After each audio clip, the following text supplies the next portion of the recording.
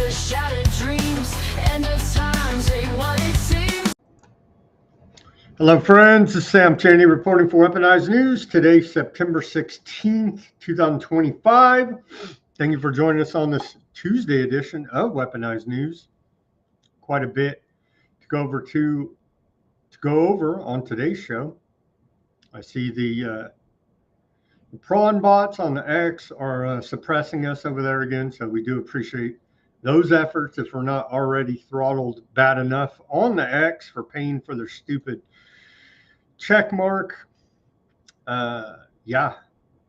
Shout out to Simon from Flory again for his appearance on the George Galloway Moat Show yesterday. We played it yesterday.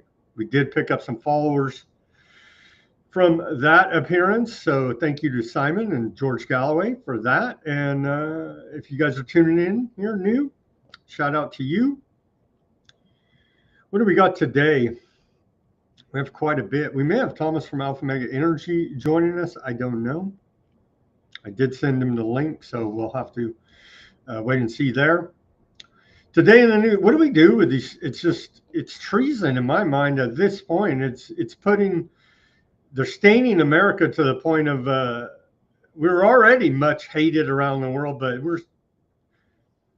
our lawmakers from states are over there in Aardvark land saying how great it all is. 250 American state legislators gathered in southern Aardvark land for a unique ceremony.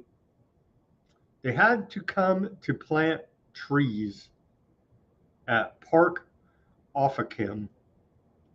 However, this wasn't a normal tree planting in Aardvark land.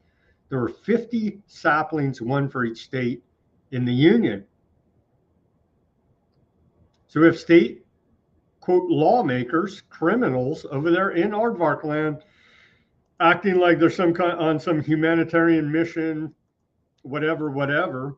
UN report today, we'll go over it, confirms again. I don't know how much confirmation we need, is that indeed Aardvarks are committing genocide against the Palestinians in Gaza.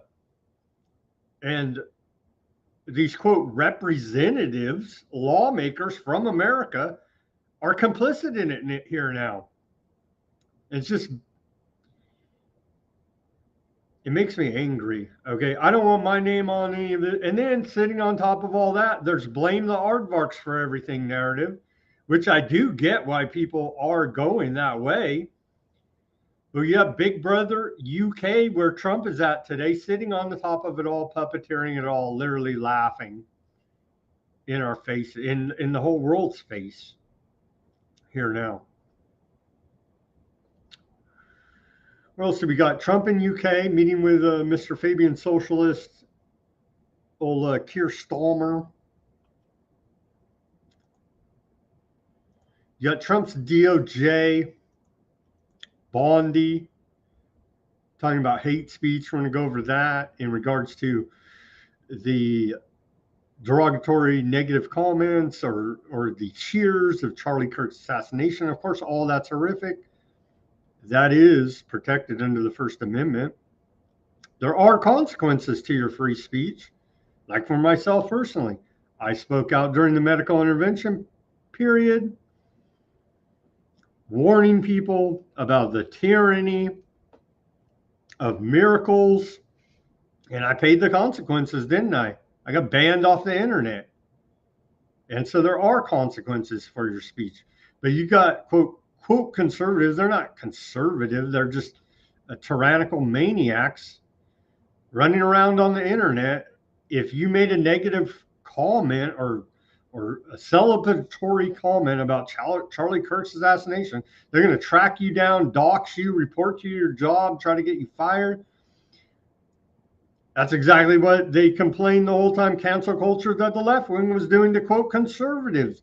We live in idiocracy here now all the time while the government is rolling out scientific dictatorship, technocracy in our face, and we're fighting about our political puppets and if aardvarks are committing genocide or not, and if we should be saying it's wrong. So the UK's Big Brother's laughing their ass off, and they got us right where they want us. And it's a sad public commentary I have to bring you today about this. Maybe I just have a distorted view, which I don't discount could be true, of social engineering on the internet, right? That is part of it too. Definitely. What else do we got in the news today? We had a crazy story. This crazy story, we'll play the report. Woman, 95 years old, beats fellow nursing home residents to death with a wheelchair part. That's crazy, right? And then we do have a good news story for you, actually, out of California regarding recalling some corrupt politician here. So that's some good news story. Every single one of them needs to be recalled. Like as soon as these, quote, elected representatives get elected, the public should automatically tell them you're on notice to be recalled, is where we're at with the corruption. The level of corruption we're at is immediately they should be put on notice. You're on notice for recall. We're watching you. We're watching your votes. You know what I mean? Because it's just, we're basically in a failed state where the federal government, according to the Trump administration, has to declare crime emergencies in major U.S. cities and send in the National Guard, right? And so we're basically in a failed state at this point here now. And we're still waiting. I'm the meme of the skeleton on his keyboard waiting. I'm not holding my breath for anyone in the government to ever get in trouble for anything. Kash Patel at a Senate hearing today, FBI director says the FBI has no evidence that Epstein trafficked young women, young girls to anyone. It's like case closed here now. You know what I mean? But there's massive evidence, but the FBI doesn't have it. We'll cover that. It's outrageous, but what else would we expect? What else would we expect with this cast of criminals calling themselves our government and our representatives? We've got alleged ICE abuse, reply back from ICE calling it fake news. Isn't this all convenient? We've got, and they are getting a bunch of criminal illegal aliens. We're waiting. I saw rumors. We were calling for it back when Simon was still on the show, like a year ago.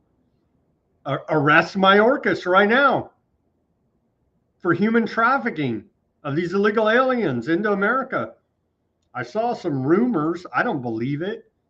I'll believe it when it actually happens, that the Justice Department is going to indict Mayorkas, the former Department of Homeland Security head. Really? Bullshit. More Q bullshit until it happens. And then if it actually happens, well, gee, thanks for doing your job there, government. I mean, we got some public health news. Good news.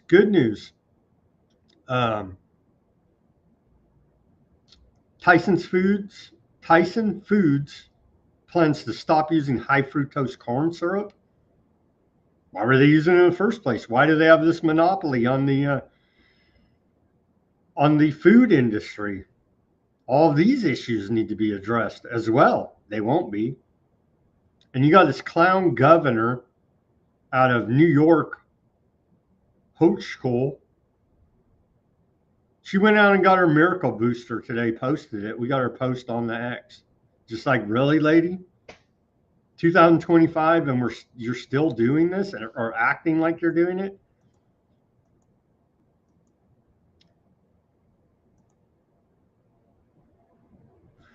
No due process. They scream, the federal government screams law and order, but they're not allowing for due process. As today, Trump said there was a third drug boat. They haven't put out video allegedly departing Venezuela and bringing dangerous drugs into America. Trump says they blew up a third boat. No due process.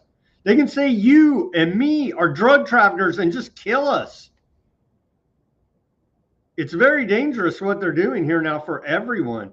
And of course, I'm not for Venezuela smuggling, trafficking drugs into this country. But I'm also not for the freaking CIA doing it. And we know they're the head drug traffickers in the whole damn world. Stuff gets me freaking fired up, man, because the large majority of the public of MAGA cheers this stuff on. And it's like, how can you be so blind to see that the government can point the finger at you, man, at any given moment and say, you're the bad one. You need to be extrajudicially executed. Like, damn, man. That's supposed to be what the basis of our system is about, because there was a tyrannical king of England, King George, that was doing the same type of behavior. And we had to revolt against him against the tyranny. But now our government does the same type of behavior, and the large majority of idiot Americans cheer it on. And then a bunch of Aardvark news, just insane genocide, insane that our lawmakers are over there, our incessant support of them. Secretary of State Rubio says, we'll basically support him till the end of the world. You know what I mean? To paraphrase him. He was over there yesterday kissing the wall, wearing the stupid yipka, yarmulke, whatever you call their stupid hat. And again, UK is sitting there on top, Big Brother, laughing in everybody's face. So we got the big UN report. We'll go over that.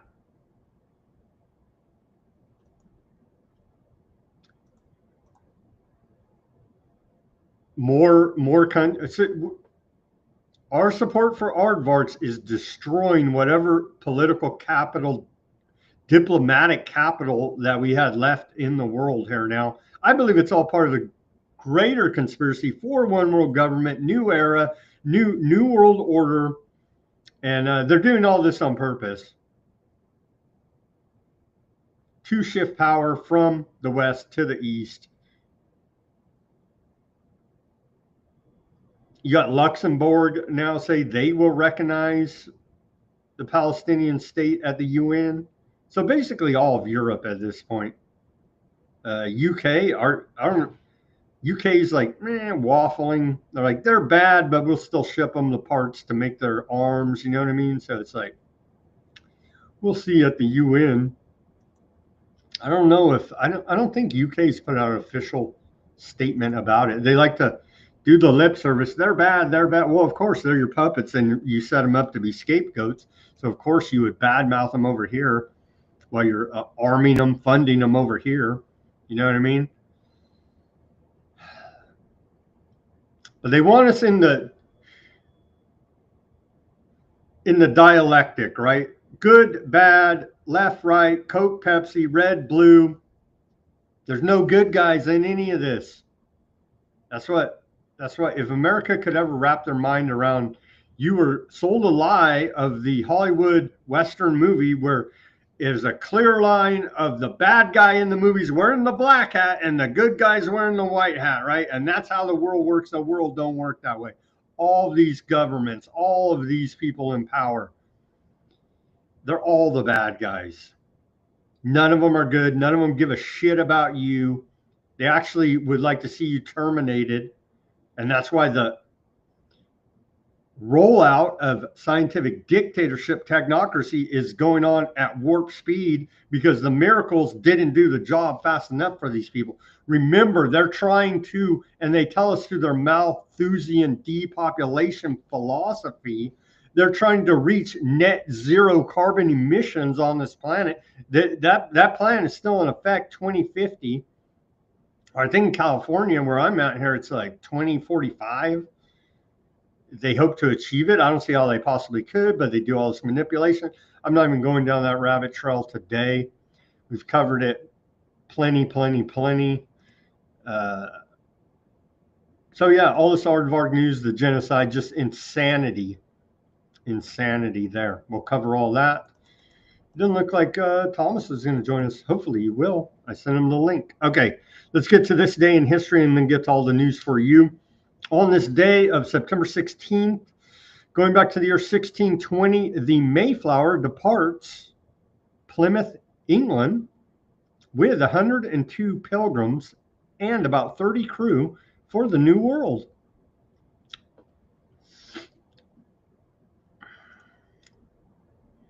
In 1702, on this day, the Holy Roman Emperor Leopold I declares war on France, Cologne, and Bavaria.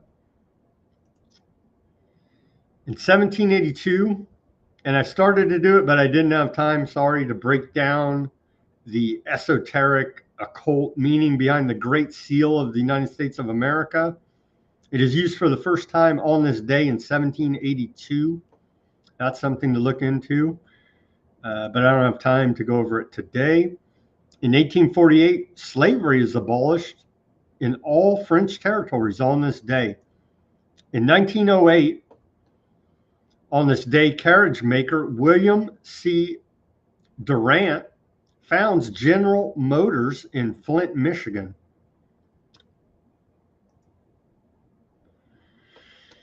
In 1920, on this day, we saw the Wall Street bombing. It occurred at 12:01 when a horse-drawn wagon explodes on Wall Street, New York, killing 38 and injuring 143 people. Here's an image of said explosion there on Wall Street.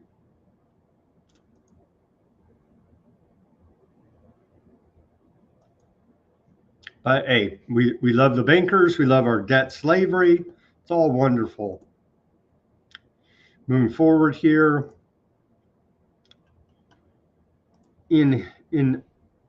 On this day in history, in 1926, a hurricane in Florida and Alabama killed 372 people on this day. This was a tragic event. Couple. On this day in 1931, a blimp is moored to the Empire State Building in New York City. And remember on 9/11, we talked about it on 9/11 with John Gold. We were lied to about 9/11 author, that the fact that Bush, that intelligence is all BS, right? Because Bush said no one could have ever dreamed that a plane would have hit the buildings. A freaking blimp hit the Empire State Building in 1931, so nobody ever thought any aircraft could ever hit a skyscraper building in New York. You know what I mean? It's just stupid. It's an insult to anybody that knows any little bit, and we're just scraping the tiny little bit of the surface here about our history. You know what I mean? And so it's an insult. And there was another, I think it was a B-52 that crashed into the Empire State Building as well. But so aircraft have hit high-rise buildings in New York in the past before 9/11, so they knew damn well that it could and probably would happen. On this day in 1932, a Hollywood tragedy, British actress Peg Entwistle, 24 years old, tragically commits suicide by jumping from the letter H in the Hollywood Land, now Hollywood sign in Los Angeles, California. That's very tragic. Here is Hollywood Land sign. So she jumped right off of that H to her death, sadly, on this day. In, what year was that? 1932. We messed this one up. Let's see. Oh, no. On this day in 1974, Gerald Ford, then U.S. president, announces conditional amnesty for U.S. Vietnam War deserters. Again, Vietnam War, full involvement of the United States police action, instigated by a false flag Gulf of Tonkin event. Let's never forget that. It literally never happened. The second attack on our ship there in the Gulf of Tonkin they made it up, right? Jim Morrison's dad made it up, right? Moving forward here in history to 1983, The Terminator may very well have been a documentary about AI, scientific dictatorship, technocracy, weaponizing humanoid robots. But on this day in 1983, the actor Arnold Schwarzenegger that played the role of Terminator in the Hollywood film became a U.S. citizen and later became a hack shill fake Republican governor of California. And so we do appreciate his efforts in those regards to be a hack shill fraud politician in California, as all the rest are as well. In 1992, on this day, it's known as Black Wednesday. It hit on a Wednesday, not a Tuesday, obviously. In the UK, in 1992, the UK government is forced to withdraw the pound sterling from the European exchange rate mechanism after being unable to keep it above the agreed lowest limit. And of course, reported yesterday, congratulations, George Soros, for crashing the British pound there and taking full advantage of insider knowledge there. Why doesn't he get in trouble for that? I don't know. He's a good capitalist, I guess. In 2019, on this day, Guantanamo Bay is the world's most expensive prison at $13 million per prisoner, according to an investigative report by the failing New York Times in 2019. And then just last year on this day, 2024, American music mogul Sean Combs is arrested and charged the next day with sex trafficking, racketeering, and transportation to engage in prostitution. Yeah, it turns out he didn't do anything wrong. But hey, he got due process and he had a jury trial, even though it looked pretty rigged with Comey's daughter as the prosecutor. Regardless of that, he was convicted all over the place, right? In the public mind, in the media, all the bad stories that came out about all of his, degenerate sexual deeds, but yet somehow he pretty much skated.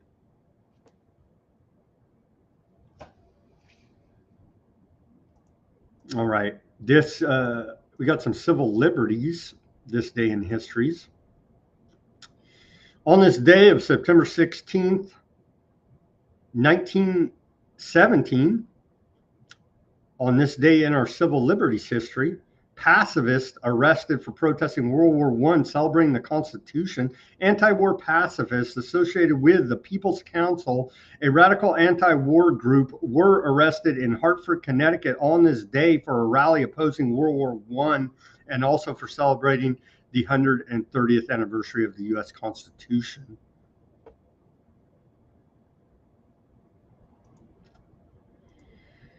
In 1964, on this day, I should have got that famous video of it. Berkeley bans off-campus political advocacy on campus, sparking free speech movement. That's going to tie right into our old Attorney General here, Bondi, and her thoughts on hate speech. Administrators at the University of California, Berkeley, on this day informed student organizations that advocacy of off-campus political activities would be prohibited on campus. The restrictive policy provoked the free speech movement, the first significant student protest of the 1960s, which provided the model for campus protest against the Vietnam War. And there's that famous speech, I forget the guy's name, out of Berkeley. You got to put yourself into the machine, right? Something like that, to paraphrase them. And what else do we got? On this day in 2001, Bush promises wrathfully shadowy and innovative war, delivers on promise. 5 days after the terrorist attack on the U.S. on 9/11, 2001, President George W. Bush on this day promised a wrathful, shadowy, and inventive war. Bush delivered on his promise. The administration's war on terror included massive violations of civil liberties, torture, spying, and illegal NSA spying on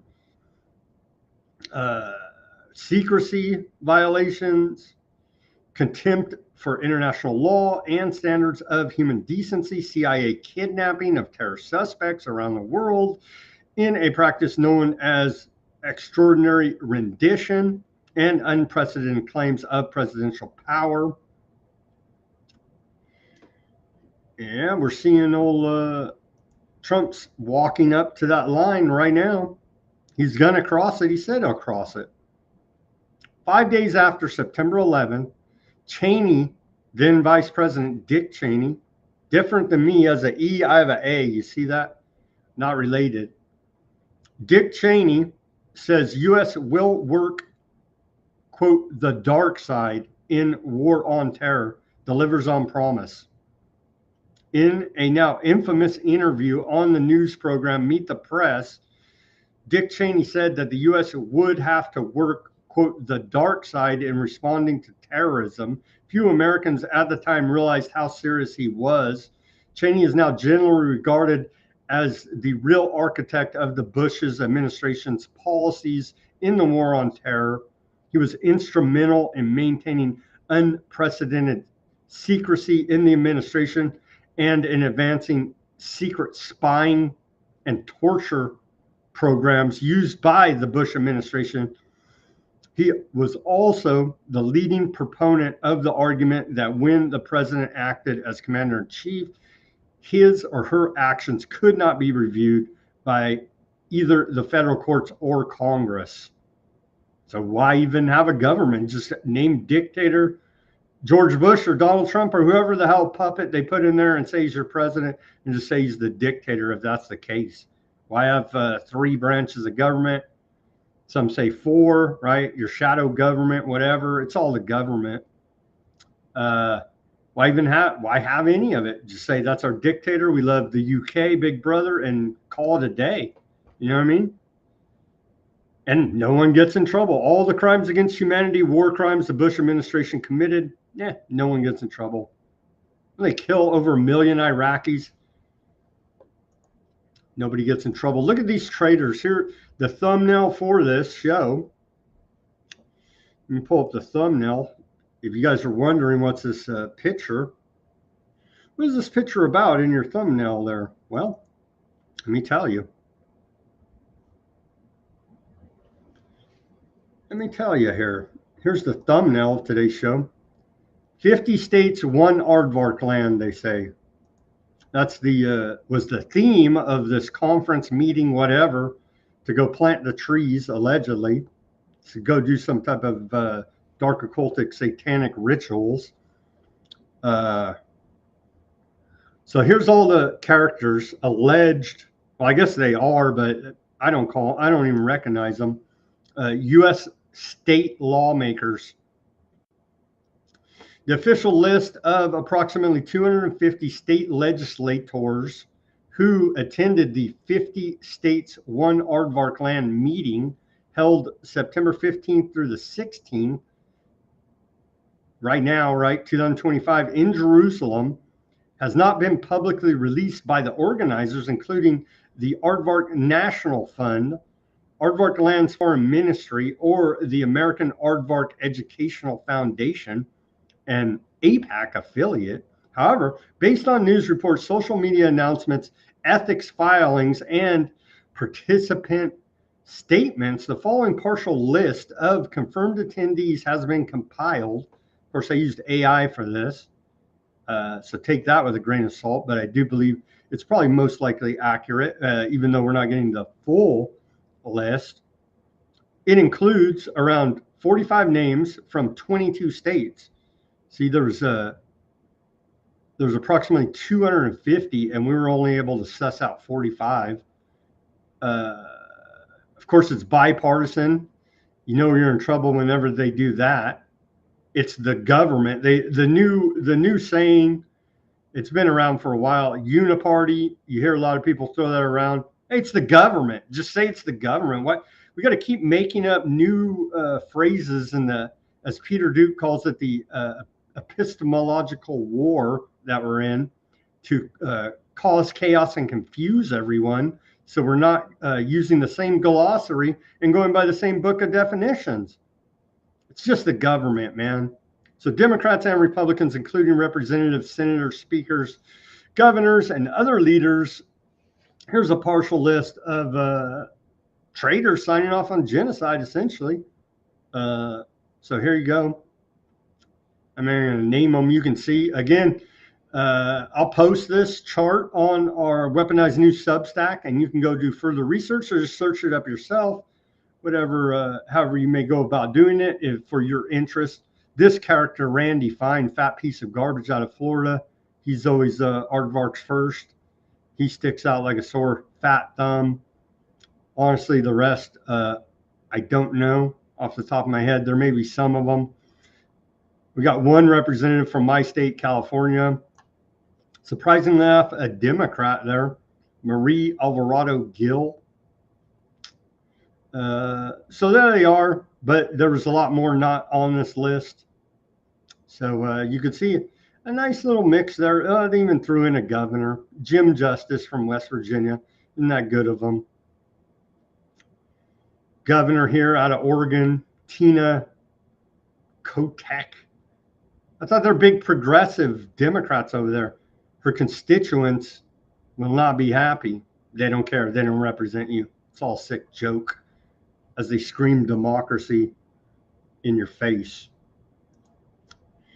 Wow, the intro was like 30 minutes. Sorry for that. Let's see here now. What do we got in the chats? Let's go to the chat. Your chats are coming through to me today on the Rumble. Shout out to the Rumble audience there. Twin towers are engineered to withstand 747, Carrie said. Yeah. Along with hurricane winds. Indeed. But nobody ever thought that they could ever even suffer any damage there. You know, that's what we were told after 9/11 from the government. Nobody thought that anything bad could ever happen, right? I love Soviet architecture. It's so unique. Isn't that brutalistic architecture? So we got Carrie Gunther shouting it up on the Rumble. Thank you guys for tuning in today. Reading between the lines means you have a brain.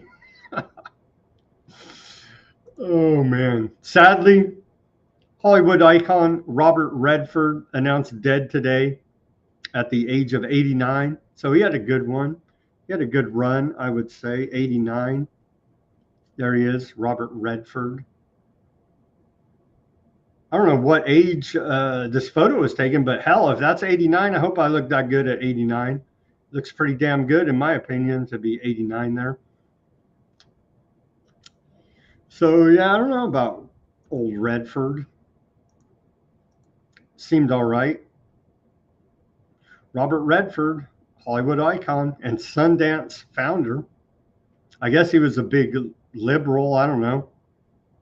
Is that bad? I don't know. He was an environmentalist, allegedly. Is that bad? Just as long as we don't get into this whole net zero CO2 emissions, everybody should care about the environment, but they've twisted it so bad, it makes you want to go pour oil in the freaking gutter, right? I'm just kidding, but I mean, we've gotten way off track of, hey, let's not pollute the environment to the madness that we see today. Should we play this little? Let's play this report. Let's play this report because they show some clips from his movies about old Robert Redford here. Let's play a little bit of this report from NBC News.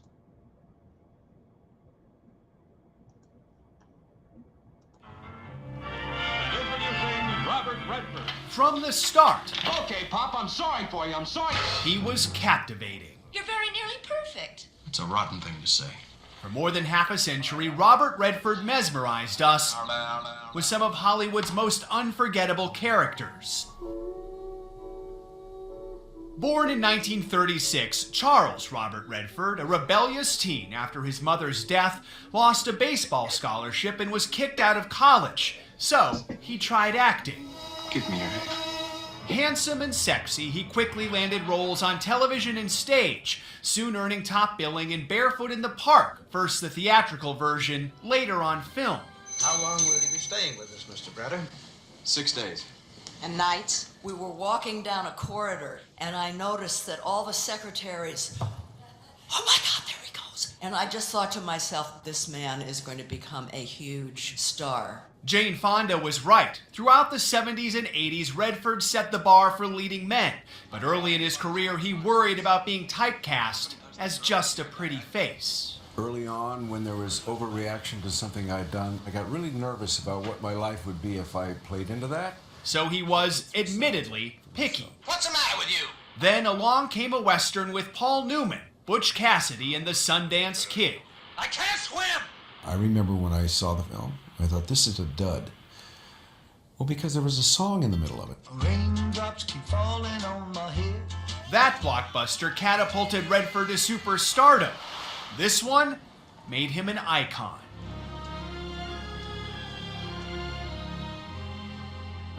After teaming up with Newman a second time for what would be another fan favorite, Redford wanted to try something new, Give her the goddamn camera! stepping behind the camera in 1980 and winning his first Oscar for Ordinary People, the first of many films he directed. Redford's legacy reaches far beyond Hollywood. Bush's policies have been a disaster. He was an outspoken environmentalist and a pioneer. As founder of the Sundance Film Festival, Redford provided a stage for independent filmmakers. A legendary career from a man who didn't believe in looking back. Don't look at your career as anything that's gained momentum over time. Just keep going forward and focus on the future. And who spent a lifetime giving us all something to remember. There you go. Bless you, Robert Redford. I like his films.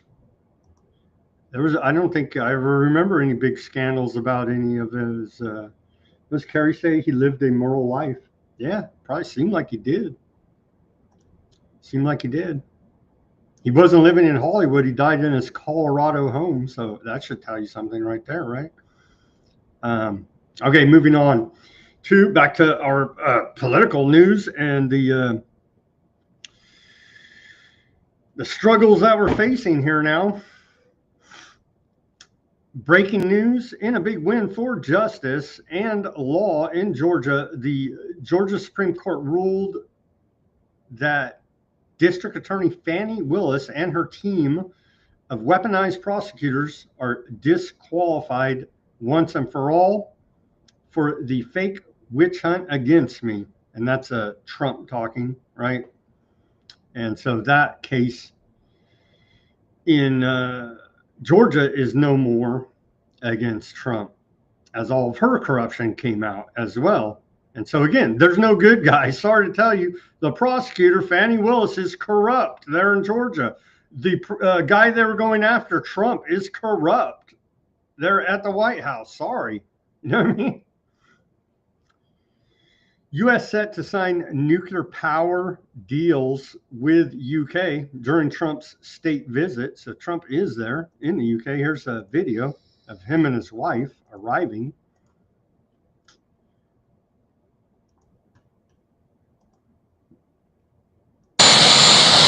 The audio is annoying. It's just a plane. You can hear it. So I turned off the audio there. So there they are. Whoop-de-doo. I don't know why there's always... Every time world leaders go around for a meeting, there's always video of them leaving the plane, the red carpet, whoop-de-freaking-do. You know what I mean? If they fell down or something, like Biden usually did, Trump may start falling too. Reports of his health are still out there, of him being in bad health. We wish him nothing but the best health. We wish that, what do we even wish? They would all resign. That's not going to happen, obviously. Trump hits failing New York Times. I threw that in because that's a line from Trump. He does have some good one-liners, you know what I mean? And I've always said he's a marketing genius, but as far as telling the truth and being a patriotic American, there's a lot to be desired there. He has a billion-dollar propaganda campaign behind him, no doubt about that. Trump hits New York Times with $15 billion lawsuit for allegedly lying about your favorite president, me. He's a narcissistic psychopath as well, sociopath, whatever you want to call it. And we're going to get into hate speech. Here's Trump asked about it, and so I guess he's for hate speech laws. And what do you make of Pam Bondi saying she's going to go after hate speech? Is that, I mean, a lot of your allies say hate speech is free speech. She'll probably go after people like you because you treat me so unfairly. It's hate. You have a lot of hate in your heart. Maybe they'll come after ABC. Well, ABC paid me $16 million recently for a form of hate speech, right? Your company paid me $16 million for a form of hate speech, so maybe they'll have to go after you. And what do you make of Pam?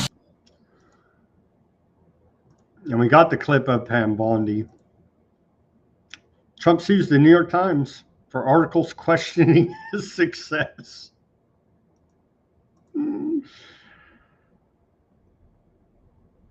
Trump orders National Park to remove famed photograph of formerly enslaved man. Here's the image. It is quite gruesome. This isn't even the full image, but a photograph of this alleged slave, the scourged back, 1863. And there's a better image of his whole back, but you could see the lash scars on his back there. And so Trump has ordered that removed following a threatened crackdown on what his administration called corrosive ideology in American museums. Donald Trump has ordered a national park to remove a famous photograph of a formerly enslaved man bearing his scarred back. There's a better image of it. You can find it, but it is quite horrific. And we should not forget our history, but we can't dwell on it as well. You know what I mean? It's a fine line there. Trump, and this is in the wake of Trump cracking down on, quote, wokeism at the Smithsonian that we covered a few weeks ago.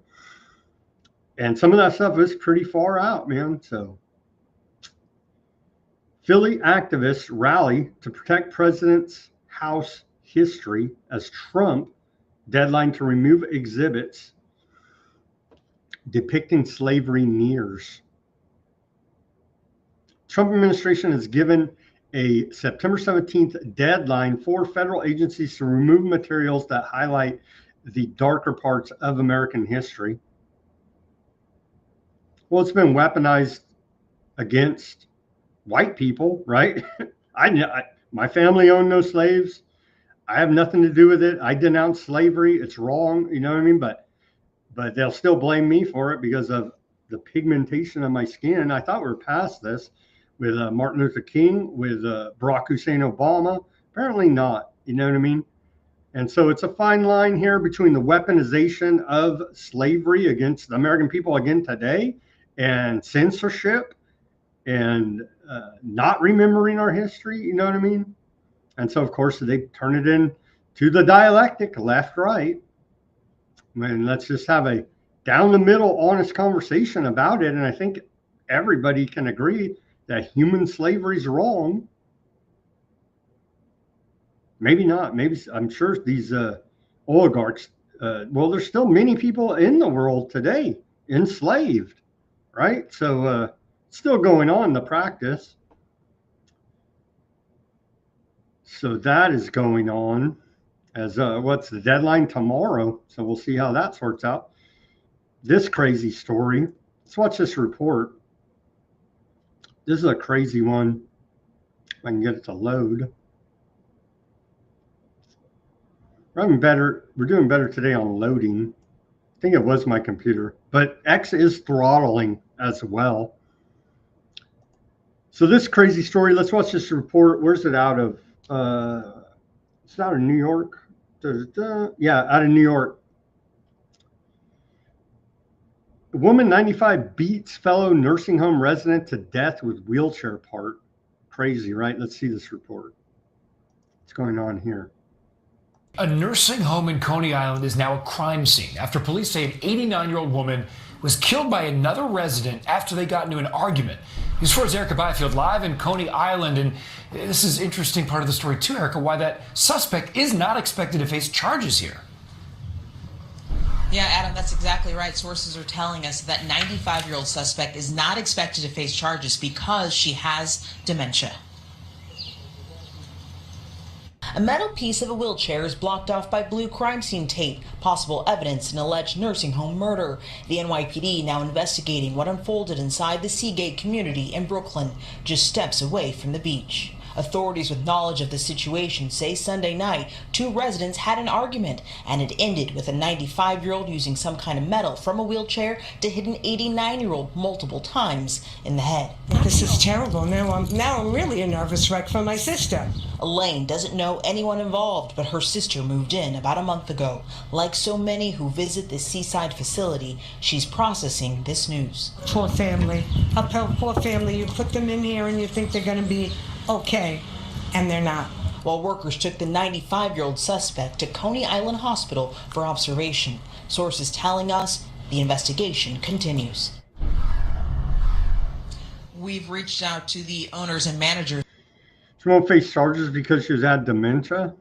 That's crazy, man. These nursing homes are freaking dangerous.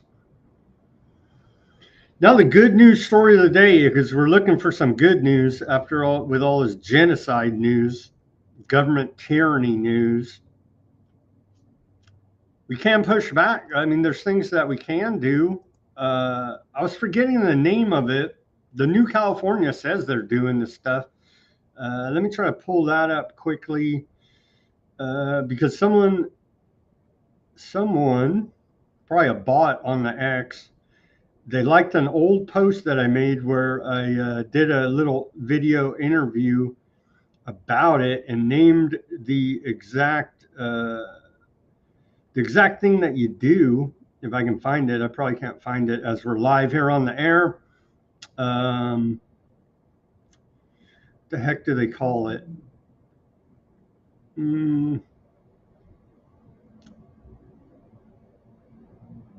Yeah, I can't find it. Sorry. But there's a procedure that you go through, signed affidavits that you're a witness. If the government won't do their job, basically, and you can put these people on notice. The New California state did it a bunch for election stuff, but you can do it to any public official. The heck is it called? Anyway, let's get to this news. I'll have to find that and report it later. But a car-free stretch of highway in San Francisco leads to recall vote and warning to politicians. Well, like I said at the beginning of the show, every time someone's elected to public office, they should immediately be put on notice. We're looking to recall your butt, with as corrupt and out of whack as everything is here now. I think that's like, that should be standard. You know what I mean? At this point, AP reports about this stretch of highway during the bat problem. The city closed a stretch of a 4-lane highway along San Francisco's Pacific coast and made it an automobile-free sanctuary where bicyclists and walkers flock to exercise and socialize under open skies, except for when they're spraying, right? And except for when the pollution from the commercial air is blocking out the sun, and to the sound of crashing waves. Isn't it also romantic, right? But with the post-pandemic return to school and work, resentment grew among neighborhood residents who relied on the artery to get around. So some blamed the district city supervisor, who helped make the change permanent by placing on a citywide ballot a measure to turn the 2-mile stretch into a new park. And so that's like part of rewilding plan, part of a UN Agenda 21, 2030. Today, district voters will decide whether to recall Supervisor Joel Ingradio. Recall his ass. They should just be recalled for general purpose, even if they're doing a good job, which none of them are. You know what I mean? At this point, the recall of local supervisors who represent 1/10 of the city of 800,000 might seem like minor politics, but the election highlights a San Francisco influx and a still cranky, even emboldened electorate. Really? Like, that's insulting right there, AP.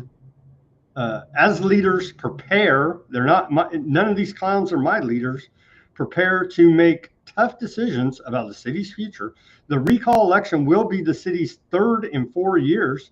That's what I'm talking about. Even, quote, ultra-liberal San Francisco has had enough of the corruption. This recall is really about the future of our city, blah, blah, make excuses. The people are tired of it. Do what they say or be recalled, criminal. You know what I mean? And so I think that's a good news story and a good sign there. And now it's going to eat at me. What is the exact procedure called? They're issuing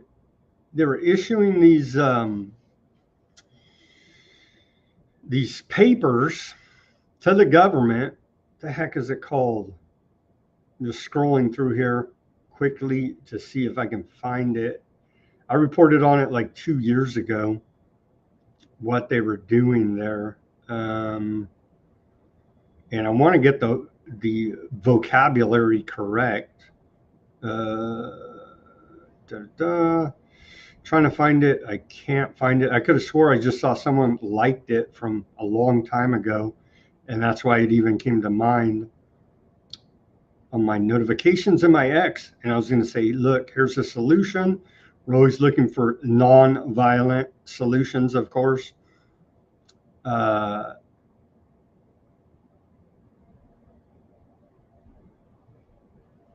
Here it is. They call it a declaration. Well, what the hell? It's just me today. I don't know what happened to Thomas. And my lighting gets messed up if I get too close to the camera. Anyway, let's play this as a representative. This is about 2 years ago. It is 2 years ago. I went to the New California State Convention. Let's hear an explanation, building our case against tyranny and corruption, from this woman right here. This is Sam Chaney reporting for Weaponized News. Today, September 30th, 2023, and we're reporting from Irvine, California at the New California Convention. Hi everyone, this is Darsha Stebbins. I'm from San Luis Obispo County, and Sam has asked me to speak just a little bit about what citizens can do in their counties, because it really is a matter of local government. We're here at New California State, creating a new state, and it's a people first movement. It's citizens taking back their government. So in the past several years, decades, centuries even, it's progressed so that the government has become its own entity and actually taken the place of the citizen representation. So we continually hear about democracy, and it's a constitutional republic that we have under the Constitution. Our rights come from God, they don't come from the government. So as a way to be able to hold our elected, quote, elected officials accountable, the citizens can come forward with what's called a declaration. Now you can use an affidavit. Affidavit has to be notarized. An affidavit can be in a court of law. A declaration is under common law. It comes from the citizen, comes from the person saying, you elected official or you public official have either perjured your oath of office or where you have made statements that are contrary to the Constitution. Your oath of office says that you will support and defend the Constitution of the United States and the Constitution of the state of California. So when you have not done those things that will support the people, when you have not listened to the people, they violated our natural rights. That's correct. And so we have grievances now against them. First Amendment, you have a redress of grievances. So you can go before your board of supervisors in every county and you can speak for your 2 minutes or 3 minutes and they can just sit there. They have to listen.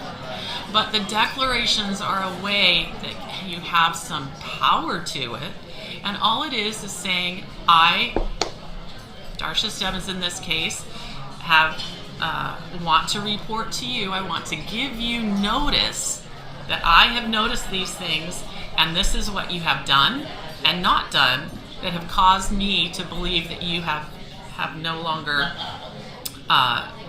supported and defended your oath of office. So it does come down to the oath of office, but it can be for many things. You know, the mask mandates that have come out, a mandate's not a law, and it does not have to be followed.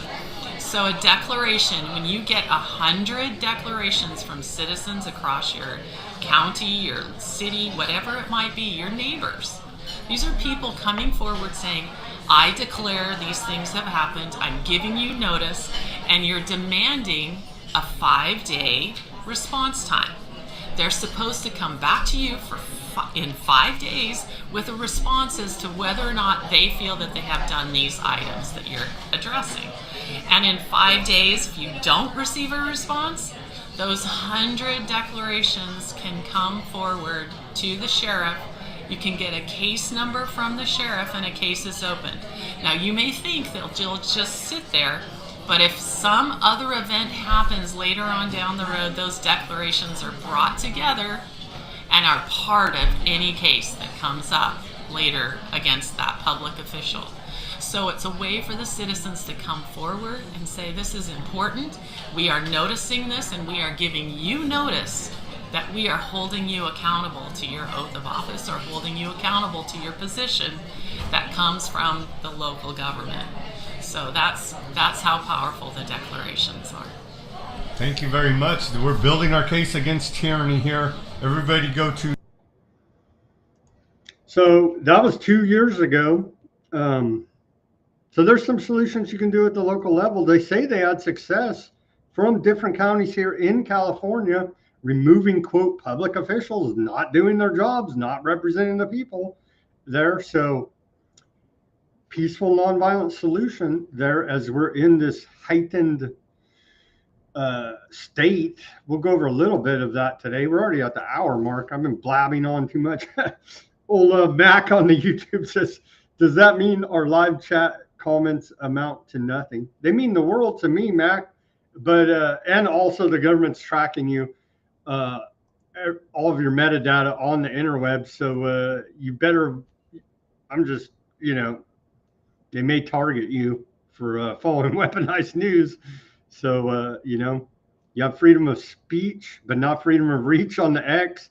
And freedom of speech does have consequences. I agree with that. New York judge tosses terrorism charge against Luigi Mangione. They're the alleged assassin of the United Health CEO there. This guy's looking like MK Ultra mind control Manchurian candidate patsy, as well as this Charlie Kirk shooter's looking like that as well. But he won't face terrorism charges there. He's alleged to have killed the United Healthcare CEO, Brian Thompson. And the prosecution had argued it was intended to invoke terror, but a judge didn't see it that way as that case moves forward. Cancel culture on the right. And before we get to that, I think I'll take my live commercial break. Everybody go to weaponizednews.com, get yourself some stickers. We have the holograph sticker, the white background sticker, and the clear background sticker there. Put it on your laptop, your bumper, your guitar, your work locker, your Cybertruck, and help spread the word about weaponized news, independent reporting and analysis on the interwebs like no one else. Go to weaponizednews.com. and give us some support. We have some other items in our store there. You can become a paid subscriber. There's donation links below this video, below every video, our Bitcoin wallet address, buy me a coffee, Cash App, and so on and so on. How they go about doing it on the interwebs. I'm sure most are familiar with this. Thank you for your attention to this matter, as Trump would say, right? Corporate memo for you here. Okay, on to cancel culture on the right now. As I was explaining in the beginning here, they've got these digital lynch mobs all fired up about people celebrating the Charlie Kirk assassination. And of course, it's horrific tragedy and no one should be celebrating, but it's your right to celebrate. You know what I mean? It's in very bad taste. You look like, you look bad. I'm trying to find the words, but it's bad. You shouldn't celebrate people's deaths, right? It's just not good. It's not good. But there's many on the interwebs doing it, and they're getting in trouble for it. So their free speech had consequences. This one guy, his wife called Charlie Kirk a Nazi. He was fired for it. You know what I mean? So they're going after your husband, wife, significant others. He was the manager of Texas Roadhouse in Milton, Florida, and his wife had said that on the internet that Charlie Kirk was a Nazi, and they tied it back to him and fired him over it. Over the weekend, right-wing influencers, most notably Scarlett Johnson, a podcaster and social media manager for the conservative group Moms for Liberty, began to circulate Facebook posts written by Mr. Riedling's wife that referred to Charlie Kirk as a Nazi. Word got back to his place of employment, Texas Roadhouse, where he was a manager, and he was subsequently fired.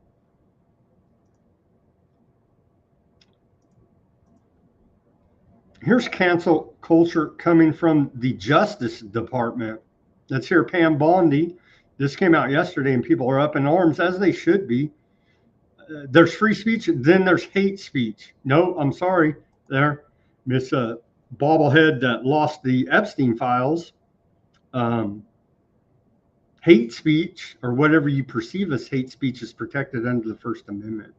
Let's hear from this tyrannical maniac. There's free speech, and then there's hate speech. And there is no place, especially now, especially after what happened to Charlie, in our society. Do you see more law enforcement going after these groups who are using hate speech and putting cuffs on people so we show them that some action is better than no action? We will absolutely target you, go after you, if you are targeting anyone with hate speech, anything. And that's across the... That's tyranny, what this evil woman just said. But go Aardvarks all day, right? That's tyranny, what this maniac just said. Just so everybody's clear about it. U.S. Attorney General Bondi, critics see Justice Department carrying out Trump's revenge tour. I haven't seen them do jack, honestly.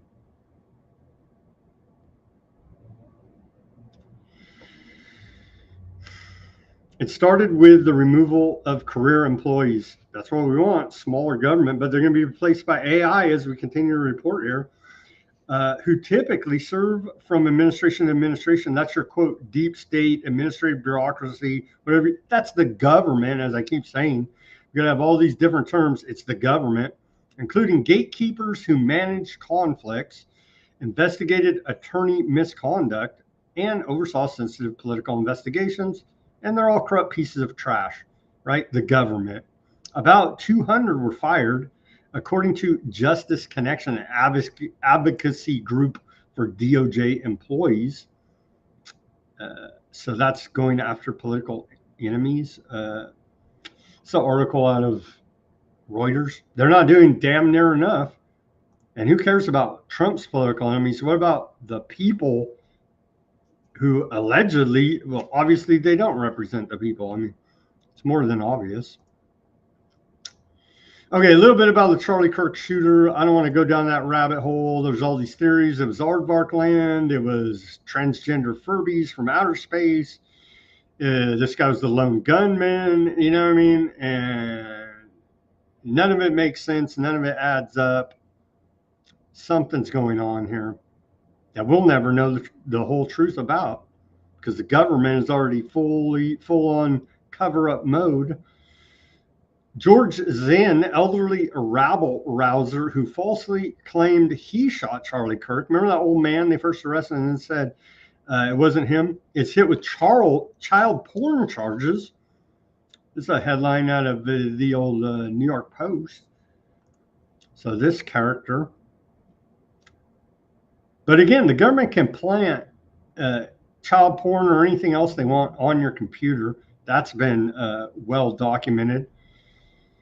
George Zinn, 71, was arrested with 4 counts of sexual exploitation of a minor yesterday after investigators found more than 20 images of kids as young as 5 years old, at least partially naked and posing in a sexual way, the Utah County Sheriff said. Well, if it's true, throw the freaking book at them. You know what I mean?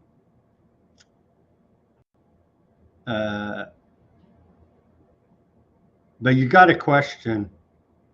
Let's blast through the New York Post. Latest on the Charlie Kirk shooting. Police identified Tyler Robinson, 22, as alleged assassin. Robinson was charged with aggravated murder, felony, discharge of a firearm causing serious bodily injury, and obstruction of justice. Law enforcement confirmed that Robinson was living with a transgender roommate, and communications between the two helping the feds catch the alleged assassin. Kirk, 31, head of Turning Point USA, the founder of it, was attending an event. I think we know all that. Was attending an event at Utah Valley University. Kirk's body has been brought to Arizona. We got more updates here. Yeah, sadly, tragically survived by a wife and 2 children. And then on with the lone nut gunman conspiracy from the government. George Zinn also said that he shouted he was the shooter to create a distraction to allow time for the real shooter to get away, allegedly, is what is being reported. But the Utah governor, Cox, said that Charlie Kirk's assassin, Tyler Robinson, acted alone. Did he? Really? Do authorities believe that Tyler Robinson acted alone? Yeah, yes, Brett. They're very confident right now. Obviously, the investigation is ongoing. They're still following every lead. We appreciate the public who has reached out, but every piece of evidence we have so far makes it very clear that the assassin acted alone. So I saw you. What does Max say? It says, how does taking down a scarred slave picture protect us from awareness of Kirk?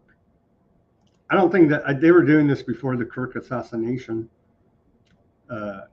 Getting rid of, quote, woke in American museums, a Trump administration initiative. Seems like a Fed operation. Didn't have a roommate. He was living with his parents. I'm just reporting what the New York Post is saying. That's the official story, and we're sticking to it.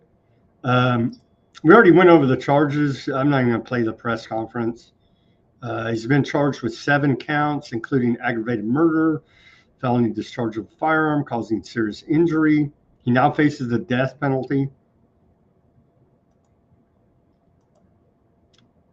They say it's a transgender Furby from outer space. So, I mean, that's the story we got to go with, right? That's the official government narrative.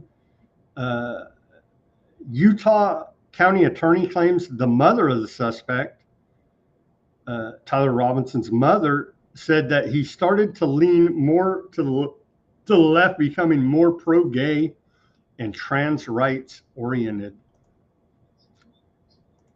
We can hear that part as they're building the narrative for the transgender Furby space cadet, right? Robinson's mother explained that over the last year or so, Robinson had become more political and had started to lean more to the left, becoming more pro-gay and trans rights oriented. She stated that Robinson began to date his roommate, a biological male who was transitioning genders. This resulted in several discussions with family members, but especially between Robinson and his father, who have very different political views. In one conversation before the shooting, Robinson mentioned that Charlie Kirk would be holding an event at UVU, which Robinson said was a stupid venue for the event. Robinson accused... So I don't know, his mother said he was into transgender Furby space cadets, you know what I mean? Okay, so this is, yeah, and I don't believe any of this. I put it out day one. I think the guy's a patsy, right? A Manchurian candidate at the very least. So I don't believe any of this nonsense that the government tells us because they're known liars. I still don't know. I'm still trying to wrap my mind around what is the real motive here. A lot of chatter on the interwebs that Aardvarks took him out. He was pro-Aardvark for the most part. He started to question a little bit, maybe possible. I mean, come on. Come on, man. He knew where his bread was buttered, where his paycheck came from, so on and so on.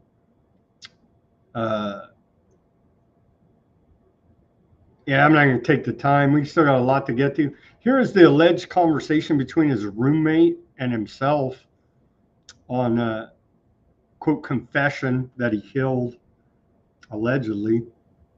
Here now. You can find it, or again, Weaponized News Substack. We'll post a link there. You could read through it if you care to.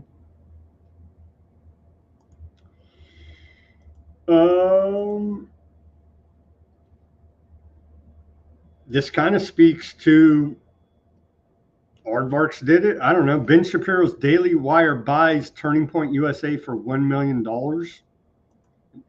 And this is bizarre here. They all showed up. This is Charlie Kirk's set, and they all Daily Wire, fake conservative clown world pieces of trash, all are on his set now. They literally did the takeover. So this does speak to Aardvarks. I'm not there yet, but here it is. I know we at Daily Wire, we trust you at TPUSA to do it. I mean, that's really the answer. We're willing to provide, and we are providing, any level of material support, any level of support on the ground, boots on the ground, helping you to do what Charlie would have wanted to be done here. And I think that the reason that everybody trusted Charlie, the reason we're all mourning Charlie, is because nobody did it better. You spelled out two of Charlie's goals. You said, he wanted to bring people back to Christ and bring people back to church and back to biblical values. And he wanted to keep the MAGA coalition together. And expand it. And the question is how you do that. And the answer is you focus on the first, and the second is a byproduct. Okay, the answer is that, as Matt says, you have to unite around something. And yeah, we can unite in the short term around the fact that there are a bunch of people who hate our guts and want to murder us, which of course is true. But long-term unity, big movement change, which is what Charlie was really trying to drive, and why he went to talk to people who disagree, is about building around those core values. And so the long-term vision, yeah, we'll have our petty squabbles, and yeah, some of those squabbles will be more than petty, but the long-term vision has to be built around those original biblical conservative values that Charlie stood for, things like the Bible, things like free markets, things like family, all those things are things Charlie stood for. You got to build the coalition around values, because we can't build it around the man, but we can build it around the values that he left behind and that he spent his entire life fighting for. And, we couldn't be, frankly... Land of Hoaxes on the Rumble says, it should be, don't tread on me, And then we'll do back the blue flag. So we'll look just as confused as everybody else out there in the land of hoaxes. Oh my God. Cash Patel says no. Well, this speaks to why we should trust the FBI, the investigators. They're the government. They know best, right? We're going to get justice out of them. Cash Patel says no credible info. Epstein trafficked young women to others. Huh? Yeah. It was all a Democrat hoax, according to Trump. Trump was part of it too. Give me a freaking break. And all these clowns are part of it. FBI Director Kash Patel told U.S. senators today that there is no credible information in case files that Jeffrey Epstein trafficked young women to anyone other than himself. It's case closed at the FBI, the DOJ, and yeah.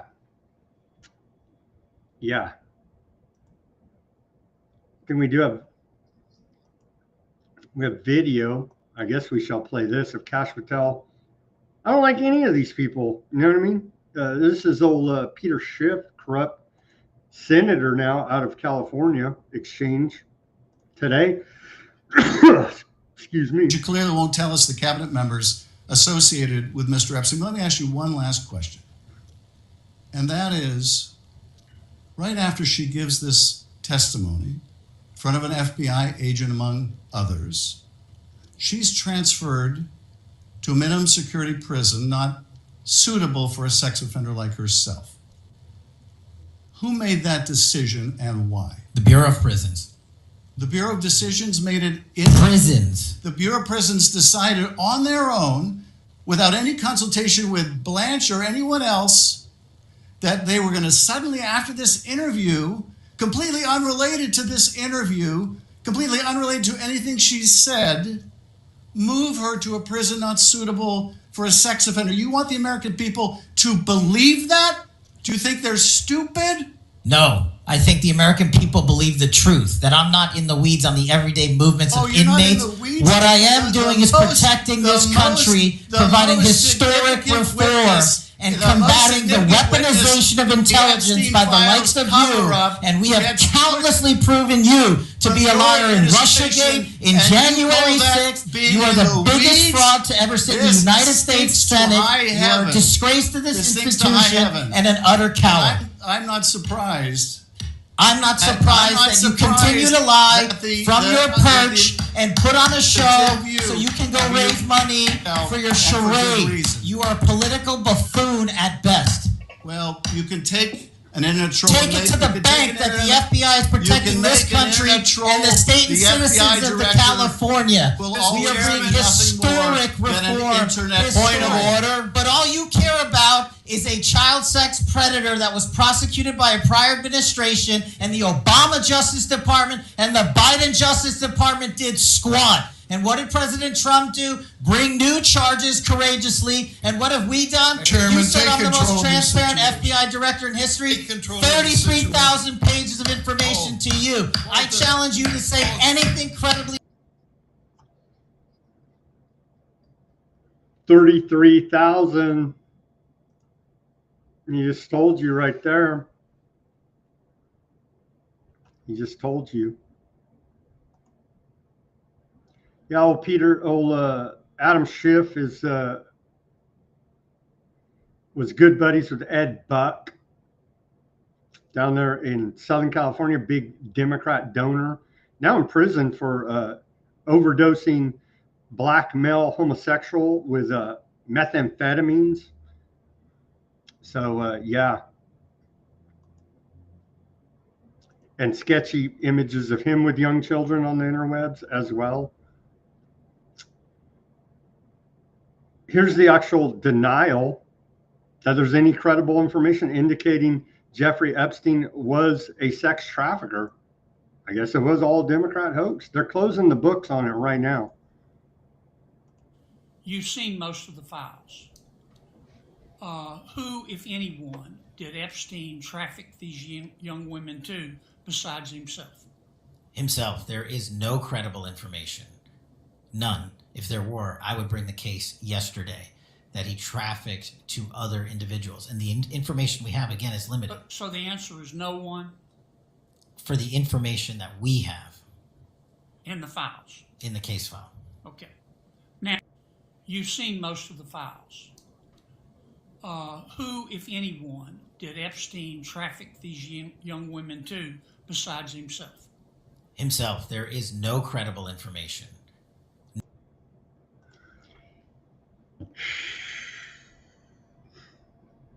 There it is. So now your Patriot hero, your QAnon hero there, Kash Patel, the Patriots are in charge. Just he's complicit now in the Epstein child sex trafficking cover-up as well.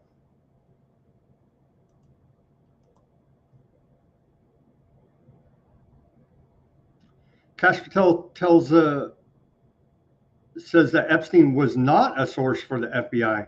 I think it came out in court documents that he was, but whatever, dude.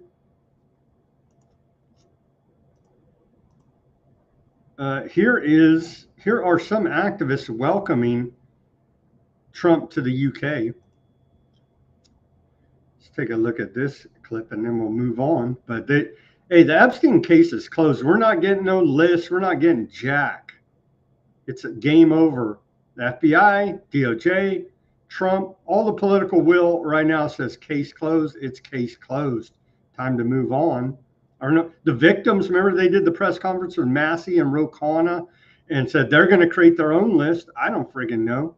But nobody at the highest levels is ever getting in trouble for any of it. And the satanic child raping will continue.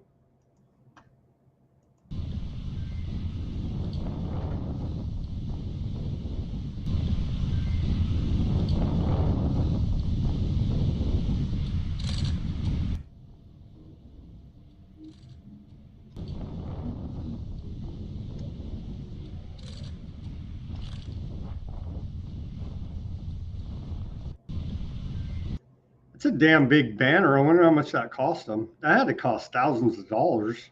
A little banner, I mean, a big banner, but that's a friggin' giant one. I remember back in the day, we used to do those freeway overpass hangs for Building 7 and other issues. It's probably like $250 for what is it? I want to say like 6 by 20, something like this. Nowhere near the size of that. So I'm sure that cost them quite a bit. But hey, what a way to welcome Trump to the UK. They're in the land of hoaxes. They're advocating for National Socialist Party. The deeper you dig into Nazi Germany, you come to learn that they're financed by Western banking, and the UK propped them up. So there's that to look at as well.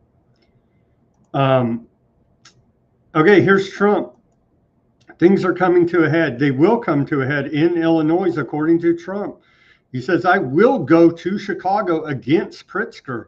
And so all this National Guard deployment for a crime emergency is predicated on the governor inviting federal troops into their state for a, quote, emergency. Pritzker says he don't want them there. So Trump's going to send them anyway. What's going to happen? National Guard in gunfights with black drug gangs in Chicago? What the hell is that going to cause? That's like crazy shit. We're getting there. So I'm going to go to Chicago early against Pritzker. Pritzker's nothing. If Pritzker was smart, he'd say, please come in. So last week, over the last week and a half, Chicago. So I'm going to go to. So what's going to happen?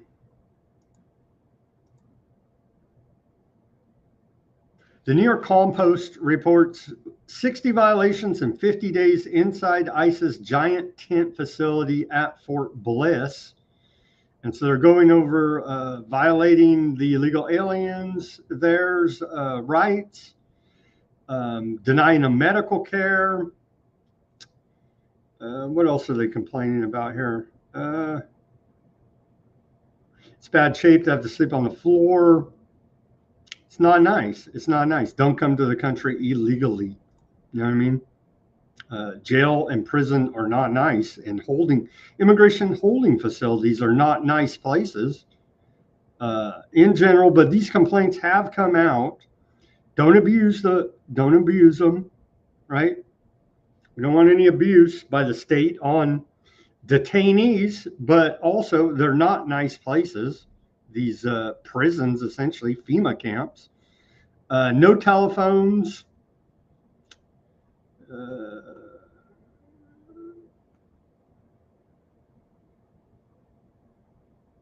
Unruliness, bad food, bad medical care, overheated conditions.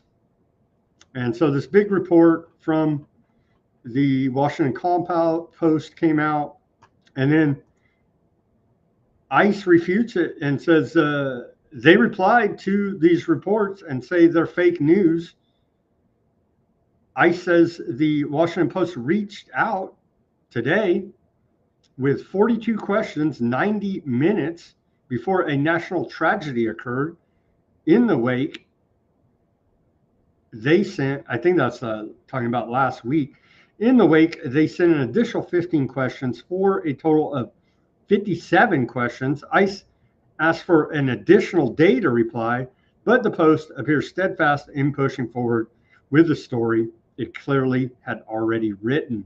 ICE is happy to provide a thorough response following publication after it has had the time necessary to reply. Here's the report of illegal alien abuse at the ICE detention facility by the Washington Post. And then here is the federal government, ICE's response, fake news.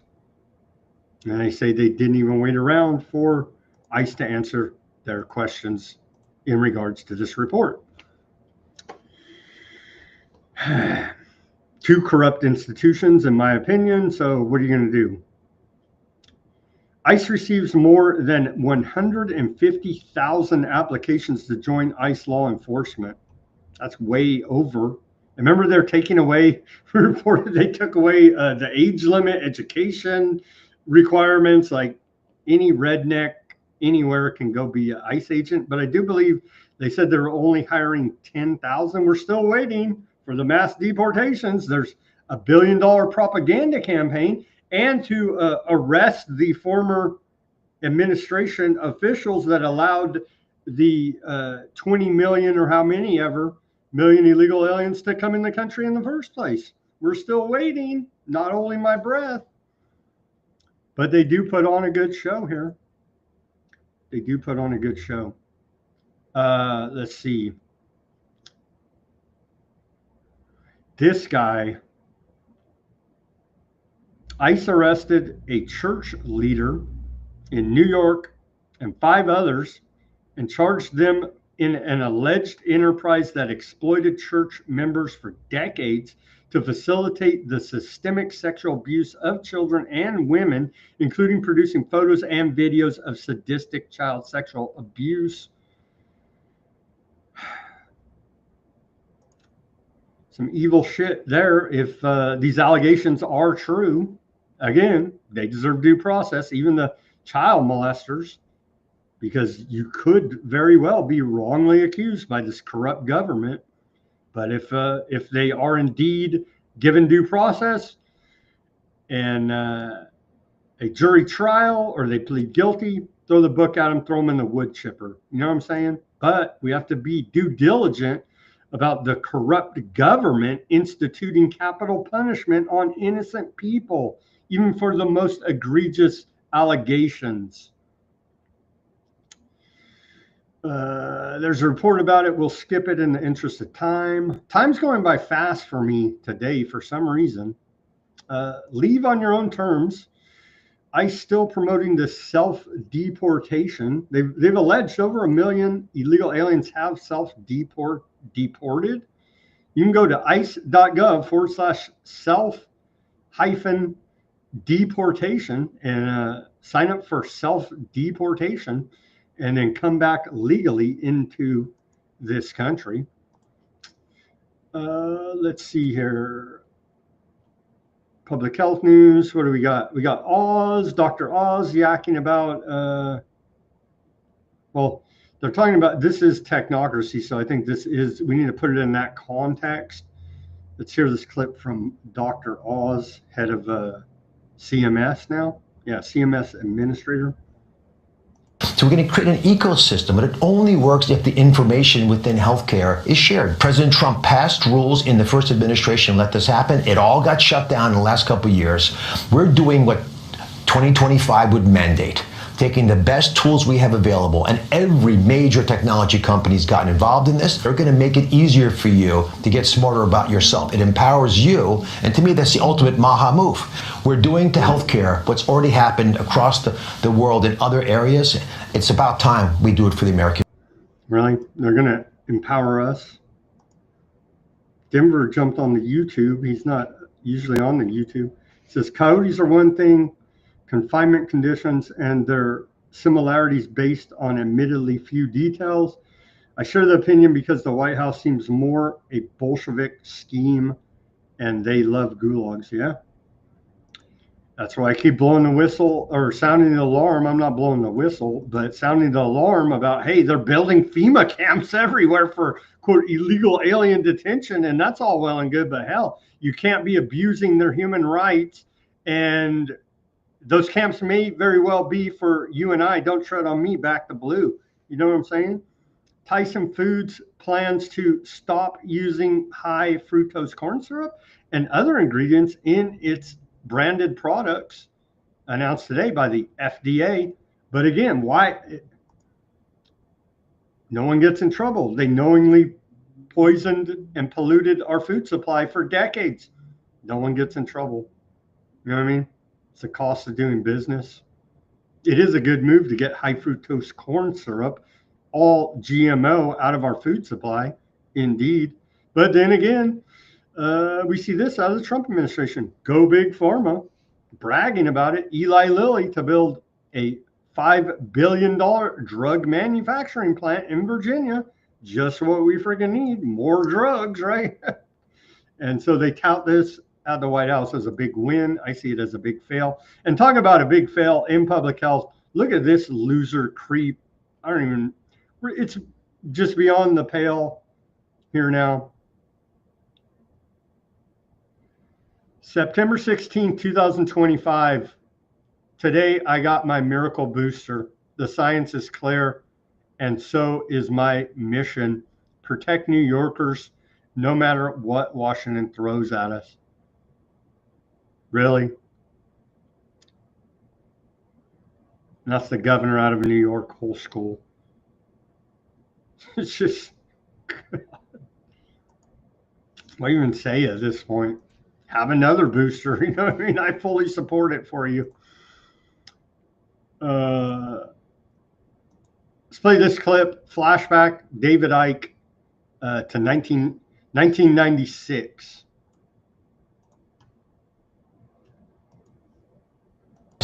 You start by secretly creating a problem in the world and making sure someone else is blamed for it in the public arena, in the public mind. It could be a run on a currency, it could be a government collapse, at its most extreme it could be a war, because the two world wars in this century were funded, all sides were funded by the same people. Provable. The same people that funded the Allies in the Second World War and funded the Soviet Union also funded Hitler. Through loans from America, known as the Young Plan and the Dawes Plan, and also via the German subsidiaries of American multinational companies. Why would they do that? Why would someone want to fund all sides in a war? What is good is a war? Well, first of all, on one level, it makes vast amounts of money if you're lending money to all sides and you're also selling them lots of arms and all that stuff. But the fundamental reason for a war is to change the nature of post-war society. And And what we saw in the First World War and the Second World War were massive global examples of problem, reaction, solution. We are looking at a gigantic contrick before our eyes. We don't live in a democracy in this country or in America or in these other places. We live in a one-party state where the same force from the peak of the pyramid string pulls all sides. The creation of a one-world government to which nation-states would be principalities, administrative units, a world central bank which would administer all financial transactions on the planet, a world currency which wouldn't be coins and notes, it would be merely electronic, cashless society for which there are fundamental implications for freedom, as we'll see as we go along tonight. A world army under centralized control with nation-state armies dismantled under the justification of seeking peace, and a microchipped population linked to a global computer, the latter of which sounds bizarre to many people on first hearing, except that we are ridiculously close to it and the technology already exists.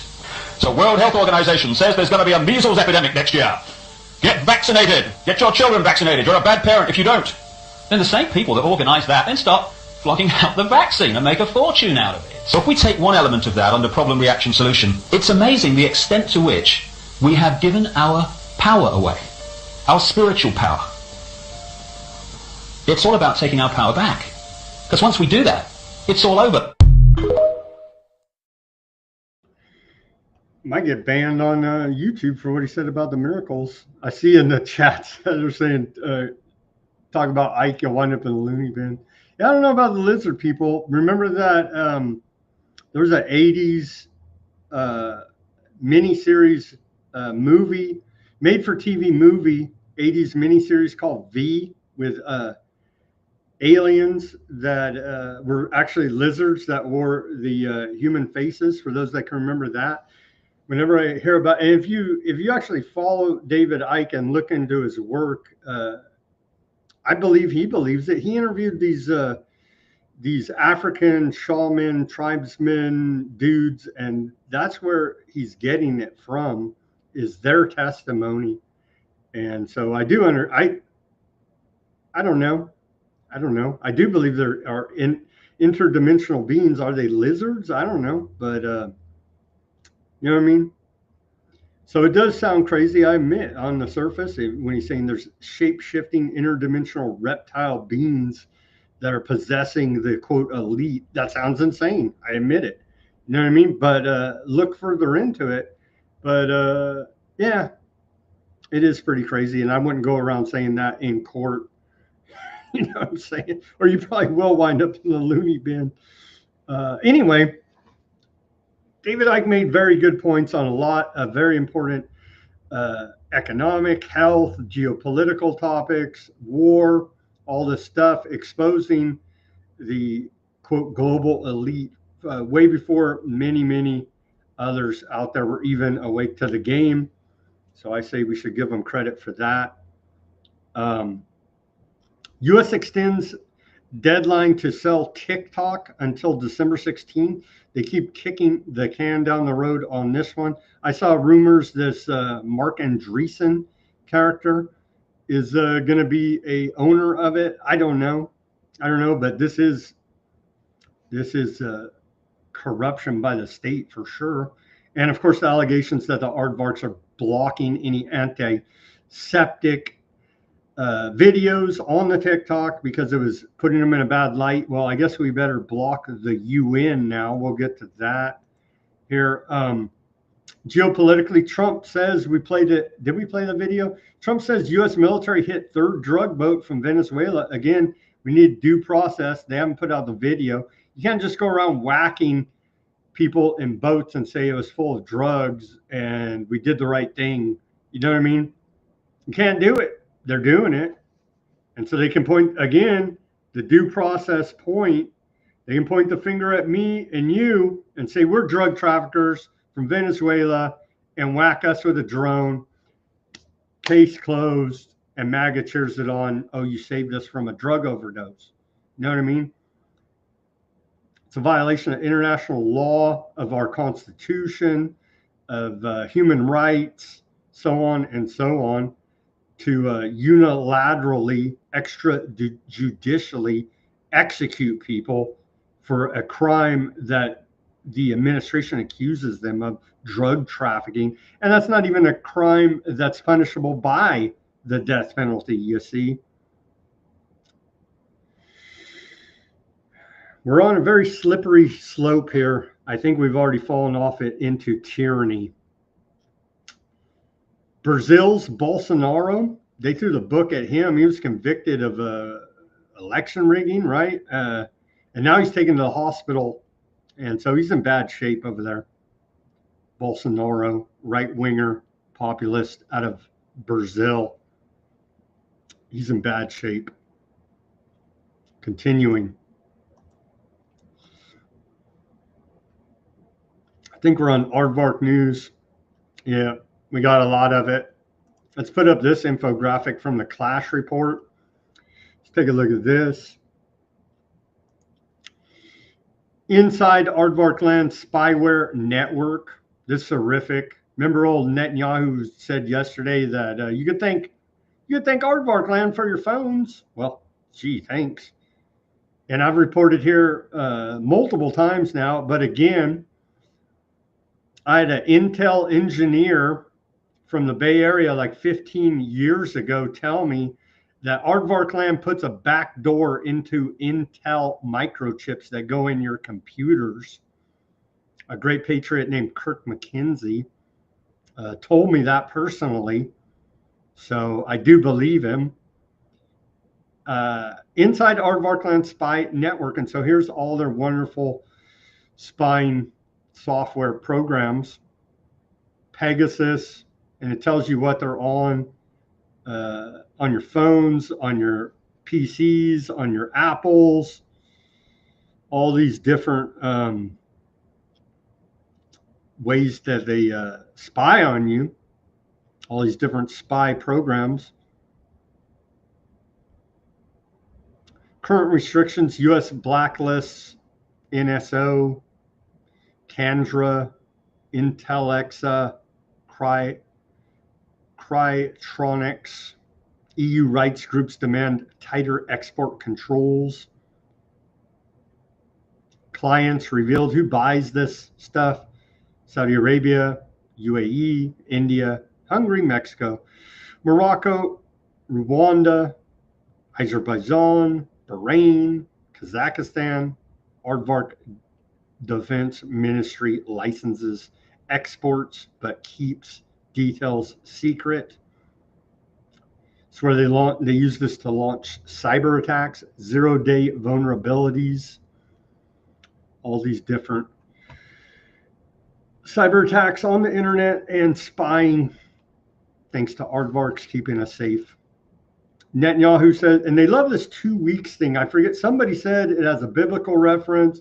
I believe it has an occult reference as well, but they love the 2 weeks. Remember, 2 weeks to flatten the curve, 2 weeks to lock down, 2 weeks to save your life. Again, with the 2 weeks, Netanyahu says, in 2 weeks, I will meet with Trump at the White House. Well, thank you very much, Shadow President, for taking the time out of your busy genocide schedule to come over here and pay tribute to your slave goys in America, right? Isn't that how they say it? The genocide, man, every freaking day we have to report this. In the last 24 hours, 106 Palestinians have been killed, 91 injured from the Gaza Health Ministry. Aardvark Land launches ground invasion of Gaza City amid barbaric carpet bombing as we continue to report. They're taking out everything. They're going to level the place. I saw IDF report today. They said it will take 2 months to clear out all the people and another 2 months to clear all the debris and dead bodies. And that's estimated, right? So they're going full bore. Ain't nothing stopping them. Where's the UN peacekeeping troops? Where's Turkey sending in their army? Where is the EU, NATO sending in their army?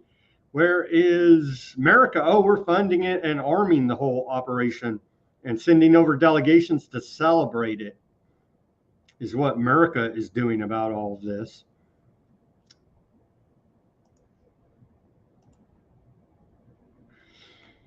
The Palestinians seem steadfast to stay. They've been issued an ultimatum by Netanyahu and the Aardvark government and the Aardvark military, leave or die, essentially, to paraphrase them. But they have nowhere to go. Go in the sea and die, I guess. I don't know. But this report out of the Cradle is saying they're not going to leave. Gaza government media office says 1 million Palestinians remain steadfast in Gaza and its north, refusing forced displacement to the south, while around 190,000 have been displaced under plans for permanent expulsion, i.e. ethnic cleansing program going on there by the Aardvarks. So are they going to whack 1 million? Why not? Hell, why not? You know what I mean? And then disgusting display of Aardvark worship here. Treason, in my opinion. Secretary Marco Rubio, Secretary of State, little Marco, a propaganda video put out by the State Department praising Aardvarks. Let's watch it. Try not to throw up. First of all, let me say on behalf of the President of the United States, I want to thank you for the friendship that Israel has shown towards the United States and so many issues we work on together that extend beyond the causes of war and peace. The purpose, of our conversations have been about what the President has repeatedly said. We want all of the hostages out, all of them, every single one of them, both living and deceased, all of them. There should never have been hostages. This should never have happened. So this is what brought us to this point. It needs to end. And how does it end? It ends by eliminating the people who did it, by ending them as a threat. It ends by releasing every single hostage, both living and deceased. When all of that is done, then we can begin to work internationally, providing the people of Gaza the kind of future that they deserve, but they will never have as long as a group like Hamas exists. And that's what we've been focused on. That's been the President's focus. And he wants that to all happen as soon and as quickly as possible.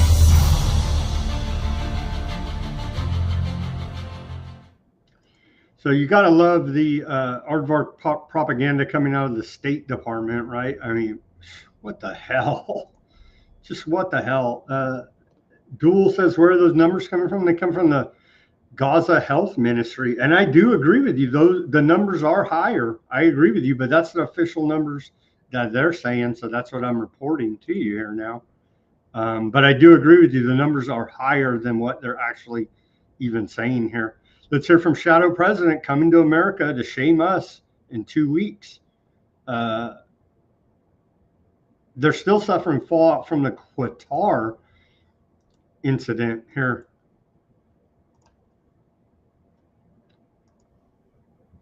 The United States bombed Afghanistan because that's where Al-Qaeda was. And then they bombed Pakistan because that's where bin Laden was. Now, nobody said, my God, a terrible thing happened. America violated the sovereignty of Afghanistan, or America violated the sovereignty of Pakistan. Don't harbor terrorists. Nobody will have to act on your terror. It's total bullshit. It was a violation of their sovereignty in this bullshit war on terror that these bullshit war criminals continue. And Dick Moose said, Ben Gavir got to spit on Rubio. That was a good one. But it's our right, our internationally recognized right of states to act against terrorists who who attack them from other states. This is what we did. And the hypocrisy of those who condemn Israel is just so obvious. They shouldn't condemn Israel. They should commend Israel for going against the Hamas terrorists who not only endanger us, but endanger all of them. And most of them have already outlawed the Muslim Brotherhood. So I don't buy the hypocrisy, and I don't buy... We shouldn't condemn Israel. We should commend them for taking out the terror group that they created and using it as an excuse to go ahead and genocide and ethnically cleanse and kill all these Palestinians. We should commend them for it. A little bit more, bear with me, Bindi, there. Sorry from our true leader here, Bibi, but we got to get it out there, what this guy's saying. So we are going to produce an independent arms industry, very powerful, very strong, that can withstand any kind of international political constraints and will provide security for the state of Israel. Isn't that wonderful? That's what he envisions, is their own arms industry, military industrial complex. Well, good. Then we can point the finger at you and take the complicity monkey off of our back. I don't want any part of this genocide insanity that they're doing. They're the Greater Aardvark Land Project. Luxembourg to join countries recognizing State of Palestine at upcoming UN summit. So it's like basically all of Europe here now. They're going to go ahead and, what is it? Next week. It's going to be a next week conference on the two-state solution. Luxembourg, we need to sanction and drone Luxembourg. That's a report out of the AFP. And then the King of Spain denounces the unspeakable suffering of hundreds of thousands of innocents in Gaza. Well, he needs to be sanctioned as well. You don't hear much about the King of Spain, right? This guy right here, sanction him and drone his ass, right? So when even the monarchy of Europe's coming out against you, it's not looking good for Aardvarks, but they don't care. Headline news all over the world today. Aardvark land is committing genocide in Gaza. UN report finds. Send in the freaking blue helmets into Aardvark land and put them down, UN. The United Nations says it is clear there is an intent to destroy the Palestinians in Gaza through acts that meet the criteria set forth in the in the Genocide Convention. Sorry, I got tongue-tied. This is the UN reporting out of Geneva, Switzerland. UN Independent International Commission of Inquiries report shows Aardvark land has committed genocide in Gaza. So there you go, on the public record from your official authority, world government, the United Nations. I don't know what else you want out of life there. Yeah, Spain has a king. They still have a monarchy, but I think they act like they have a, quote, democracy, democratic government. I don't know. Here's a report. I did a mashup. What is it? It's a 72-page report, like everything out of the UN, very well documented, academic, all kind of footnotes, citations. Like it's a slam dunk for anyone serious looking at this report, right? They're not messing around there because they're looking to go after them legally. Legal analysis of the conduct of Aardvark land in Gaza pursuant to the Convention on the Prevention and Punishment of the Crime of Genocide, Human Rights Council 16th session. And it goes on, and you could see, I just want to show you the first page, and I'll get to the summary and the key points here, but you could see half the friggin' page is citations, right, documenting all this stuff. But I know it's antiseptic behavior to criticize Aardvarks. You know what I'm saying? But you could see very academic. And again, they're posting, the IDF, that is, posting their war crimes all over the interwebs. That was used as part of the evidence against them too at the International Criminal Court of Justice there. Let's see, where are we at here? 16 members of Congress now say Aardvark land is committing genocide. But we just reported you had 250 state legislatures from America go over there and plant trees and say how wonderful it all is. So 516 members of Congress are currently genocide denialists. That's what this poster Prim Tank on X posted. So that's a new term. Genocidal denialists. Or you just call them pro-Aardvark homicidal maniacs. How about that? Or pro-genocide homicidal maniacs.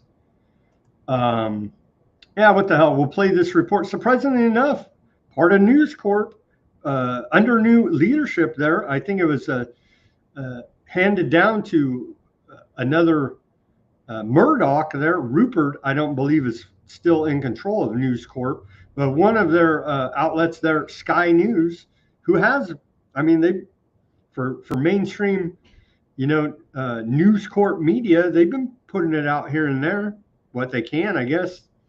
But let's hear this report about the UN inquiry into the genocide there in Gaza, and then I'll go through the my report about it.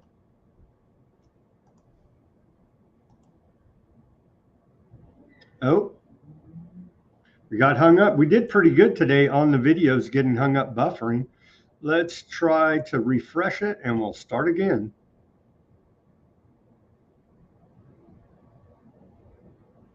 This is, they're throttling it on the X. This is not my computer because everything else today played fine. You know what I mean? Here we go. United Nations body itself. It is from the UN Independent International Commission of Inquiry on the occupied Palestinian territory. But we can refer to this as a UN body, and it is the first time that a UN body has alleged genocide carried out by Israel. There's been other times when UN personnel have said that it should be investigated. This is a very significant moment when a UN body uses the term genocide in an allegation against Israel. And I think, reading this report, it is extremely critical of the conduct of Israel in the war in Gaza. Now, this commission of inquiry was set up to look at Israel's management of the war from October the 7th onwards. And it has specifically concluded genocide. Now, the Genocide Convention says that there are 5... Okay, enough of this guy. Let's get to Weaponized News report about it. What are they saying here? Spaceballs 2, Rucka said. I like Spaceballs 1. I did actually watch that. I know we're supposed to be boycotting it because Mel Brooks' Aardvark connection, right? But people say go watch. Peter Duke said go watch The Producers again. Filmed by Mel Brooks, and there's a lot of he exposed a lot of truths, let's just say, in that film. Okay, where are we at here? We're almost at the end. Oh, Reuters headline: Aardvark land says Gaza is burning as it launches ground assault. I think this is that same image that we showed earlier, but here's the headline anyhow. And we did show a bigger image of that taking down the towers of terror. We showed video of 2 big towers getting taken down. Okay, here is I showed you the report. Here's our mashup summary. Let me go through it with you. I think we already covered the title. What the hell, we'll do it again. Legal analysis of the conduct of Aardvark land in Gaza pursuant to the Convention on the Prevention and Punishment of the Crime of Genocide. You're going to punish them? I guess there's international arrest warrants. Will anybody enforce them on Mr. Bibi and the rest of his genocidal cabinet? I'm having my doubts. And so, as the Sky News reporter said, this is not the whole thing since 1948. This is since October 7th, 2023, as our starting point this time around. The worst attack in the history of the world, we're told. So this report is from October 7th, 2023 to July 31st, 2025. So they're not even including August, which was a particularly bloody month of destruction, and then part of September. So we're missing a month and a half there. I did see a comment. It took 2 years to tell us this. Yeah, we knew day one, right? What was going on here? Yeah, the 1948 convention there. Okay. Into the report, applying a, quote, reasonable grounds to conclude evidentiary standard. The report examines potential state responsibility for genocide under the 1948 Convention on the Prevention and Punishment of the Crimes of Genocide, distinct from individual criminal liability under the Rome Statute of the International Criminal Court, ICC. The analysis excludes events outside Gaza or before and after this period. So it's in that time frame this report is specifically talking about.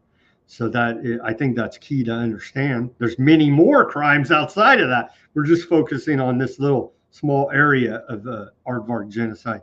The report draws on eyewitness testimony, satellite imagery, official statements, UN data, and expert analysis, emphasizing genocide as a jus congs norm with igra unus obligations. I believe that's Latin, pardon my pronunciation, binding all states to prevent and punish it.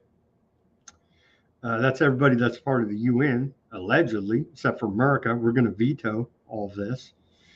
They talk about the legal framework, state responsibility, the legal ease behind it, factual findings and analysis of underlying acts. The core of the report details evidence for each genocidal act supported by qualitative data from Gaza Health Ministry, the WHO, and the OCHA, and qualitative accounts.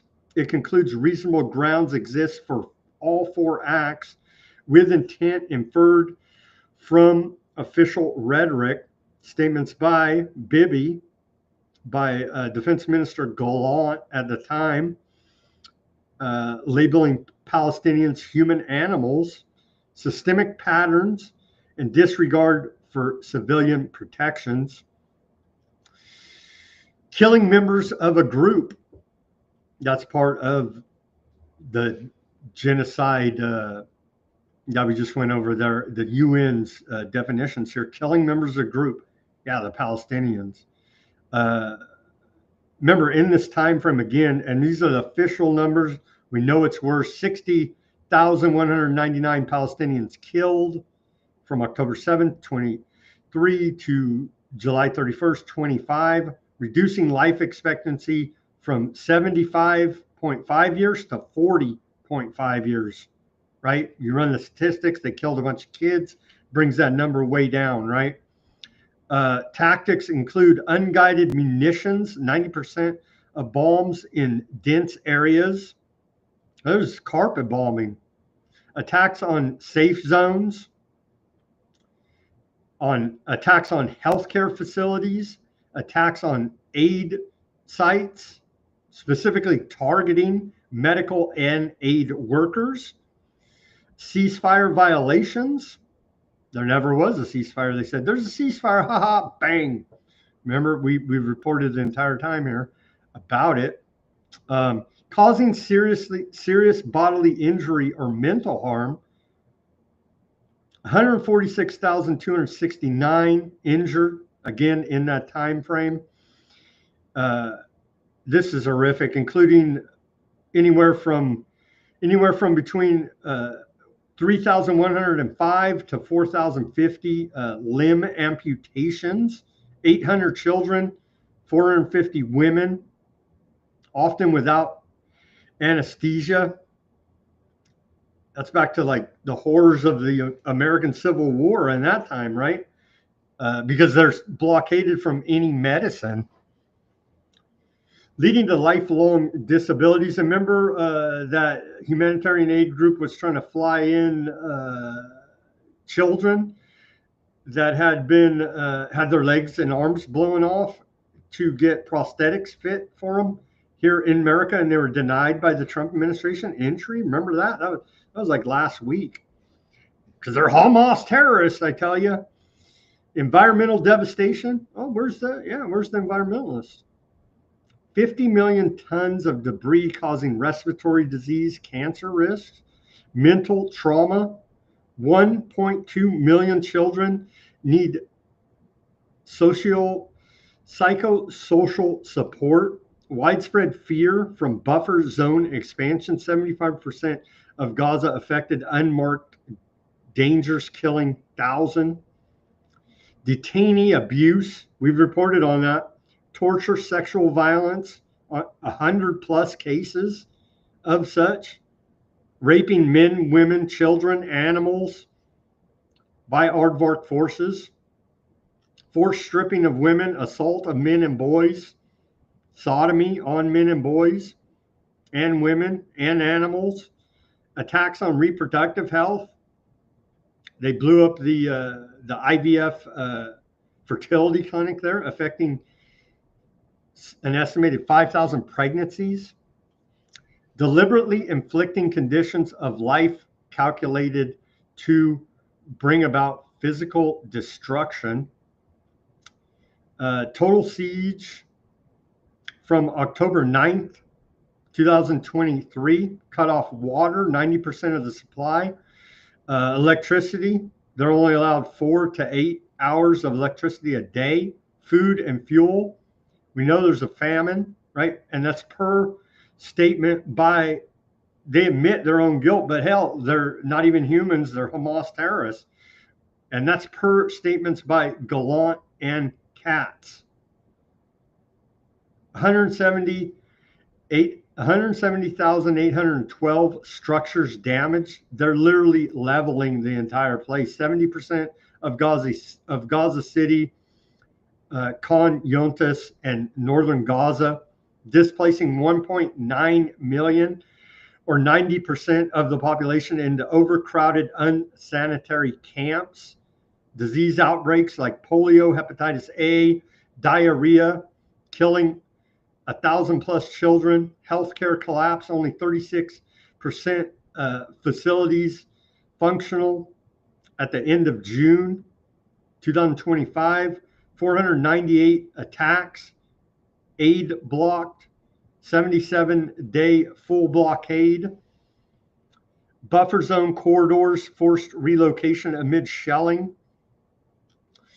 Conditions, starvation, disease, homelessness, designed for physical destruction. Men's areas for explicit policies and official calls for erasing Gaza. Overlaps with extermination as a crime against humanity. Imposing measures to prevent births. We just talked about the bombing of the fertility clinic, malnutrition, high maternal infant mortality rate, 15,000 pregnant women affected, 50,000 plus children under the age of 5 at risk for malnutrition. Intent and state responsibilities. Not requiring explicit admission, inferred for scale pattern, systemic, widespread attacks, official statements, 500 plus dehumanizing remarks by leaders invoking biblical destruction. They're religious fanatical maniacs, or at least that's the role they're playing. I believe they believe it. Methods, indiscriminate weapons, aid denial, despite warnings, no plausible non-genocidal explanation. That's attributed to acts by the IDF, officials in the Aardvark government, and settlers, quote, settlers, just homicidal maniacs running around killing people and stealing their stuff in the West Bank. Reasonable grounds, Aardvark land bears state responsibility for genocide, including omissions, failure to prevent or protect civilian populations. Recommendations on this report. To Aardvark land, the UN says cease operations, lift the siege, investigate and punish perpetrators, provide reparations. Good luck with that. they're going to investigate themselves and find no wrongdoing. They're still serving in the Aardvark government, the quote officials that have carried out the genocide. They're given the orders. Ay, ay, ay. Let me read you the 10 key points, and then I think we have one more report, and we'll wrap up this show. Let's see here. The noticing will continue until civility improves. Thank you. Thank you, Duel, on the Rumble. Indeed. Top 10 key points from this UN report. Genocide allegation. The commission finds reasonable grounds to conclude Aardvark land committed acts of genocide against Palestinians in Gaza, fulfilling all elements under the Genocide Convention. Casualty scale. Again, I do believe as well it's much greater than this. But again, in that time frame we defined, 60,199 Palestinians killed, including 18,430 children, and 146,269 injured, with life expectancy for Palestinians essentially cut in half. Siege and blockade. A total siege post October 7th cut essentials like water, food, fuel, leading to famine risk and disease outbreaks affecting 90% of Gaza's population. Infrastructure destruction. 170,812 structures damaged, 70% in key areas, rendering much of Gaza uninhabitable and displacing 1.9 million people. Healthcare collapse. 490 attacks on healthcare facilities, killed 747, only 36% functional by June 2025, exacerbating material infant deaths and reproduction harm. Intent evidence inferred from 500 plus dehumanizing official statements and systemic patterns and disregard for civilian protections. Mental and bodily harm, widespread trauma, 1.2 million children affected. We went over the amputees, 4,000 plus, and sexual violence and torture in detention facilities, preventing births, destruction of IVF clinics, and maternity services halted, thousands of pregnancies, meeting Article 2, Section D of the Genocide Convention. State responsibility. Aardvark land attributable for acts, omissions. Omissions is key there, I believe, as well.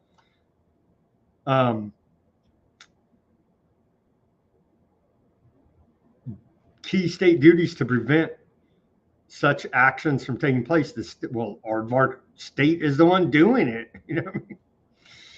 But it's the state's responsibility under the Genocide Convention to not allow this to happen while the other one's carrying it out. Recommendations, again, urgent calls for ceasefire, arms embargo, ICC referrals, immediately stop all actions by Aardvark state against Palestinians. They don't give a damn. You're antiseptic, UN, you know what I mean? So we're destroying ourselves, America, here with our support for this. The rest of the world is noticing, you know what I mean?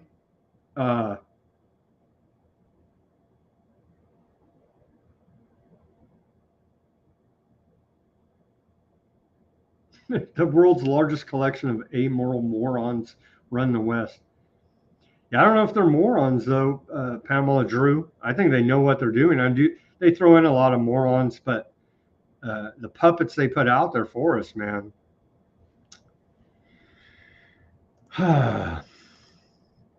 So there it is. It's undeniable fact. You know what I mean? FU antiseptics. You know what I mean?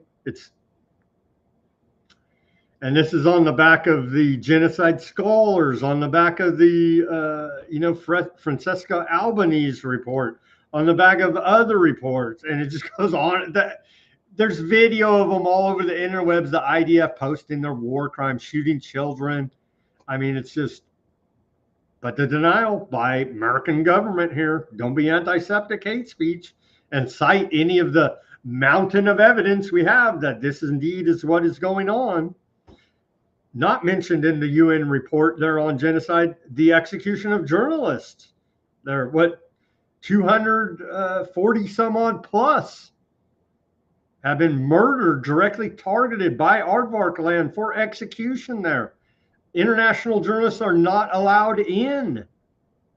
You see, that's not mentioned in the UN report. The toll it's taking on the IDF. The suicide rate is increasing, and we're going to close with this. For those that still have a soul and conscience and realize what they've done, they commit suicide, as many U.S. veterans do, when they have a conscience and realize what they've done for this evil empire. Let's close with this. Aardvark soldiers displayed piles of psychiatric medications during parliamentary session, addressing the surge in army suicides. They're literally destroying themselves over this. They don't care. Aardvarks first, we care about. They don't care. They don't care about their soldiers. They don't care about the Palestinians. They don't care about me and you.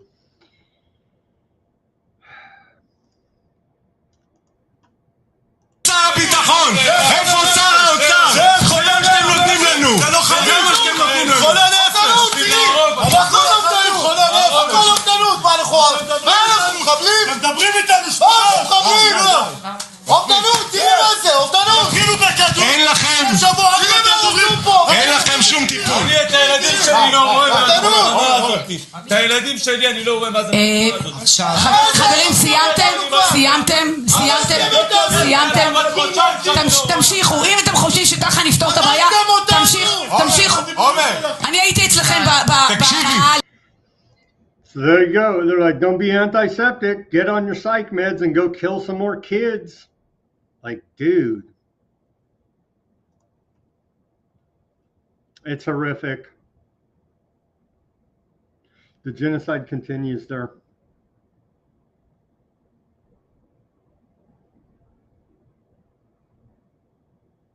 Yeah, Pamela Drew, 22 vets. That's U.S. American veterans commit suicide here a day, something like that. It's horrific. And that's the price you pay for the never-ending war on terror, literally destroying your own soldiers. They don't care. They don't care. Let's go to the channels now. It's all come out, you know what I mean? It's very well documented here now that, yes, indeed. As we continue to report here, Aardvark land is carrying out an ethnic cleansing genocide program there in Gaza. It needs to stop for the greater Aardvark land project. Truly disgusting, man. And evil, truly evil, what they're doing there now. Okay, over to the channels. Let's take a look at Odysee. Shout out to John in Highland. Not much chat going on there today. John says, yes, I think Trump is in charge of the fall. It looks like it. The irresponsible spending signals the looting phase of our dying empire. Somehow, you will own nothing and you will be happy is something they will escape.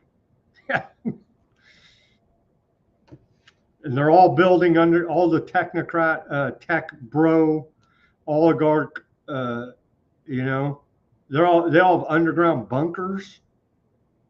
You know what I mean? It ain't good. Open your eyes, America. Open your freaking eyes and stop being divided by the left, right, red, blue, Republican, Democrat. Stop being divided by it when the oligarch The 1% sits up there laughing their ass off at us, at the rest of us. That was one thing Occupy Wall Street had right. Maybe the rhetoric was a little bit off, but it's a 99%. And it's even worse than that. It's like 99.9999999. It's like 0.00001%. You know what I mean? Very small group that are benefiting from all this. And there's the rest of us fighting amongst ourselves as they sit up there at the top and laugh. It's a very sad state of the world and humanity I have to report to you today. I did give you some solutions there from the state of California. Recall your local politicians. Make them answer. Make them answer for what they've done. We still have had no answer for the medical intervention. All the tyranny that went on there. All your local politicians partook in it. You know what I mean? From the top down, from Trump all the way down to your local city councilman, the large majority cheered it on.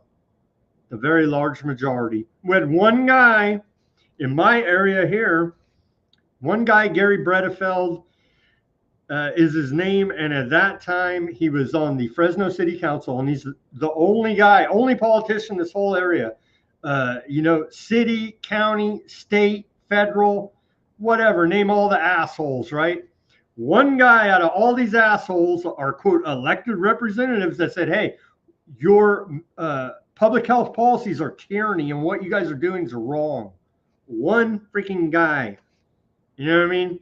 And so I don't know what it's like in your area, but that's a sign that they're all criminal tyrants. Because the emergency came and they didn't answer the call and they treaded all over us. With that, thank you guys for tuning on Odysee, Bitchute. Thank you for tuning on Bitchute, Rumble. As always, lively chat. Appreciate you guys there, keeping it lively.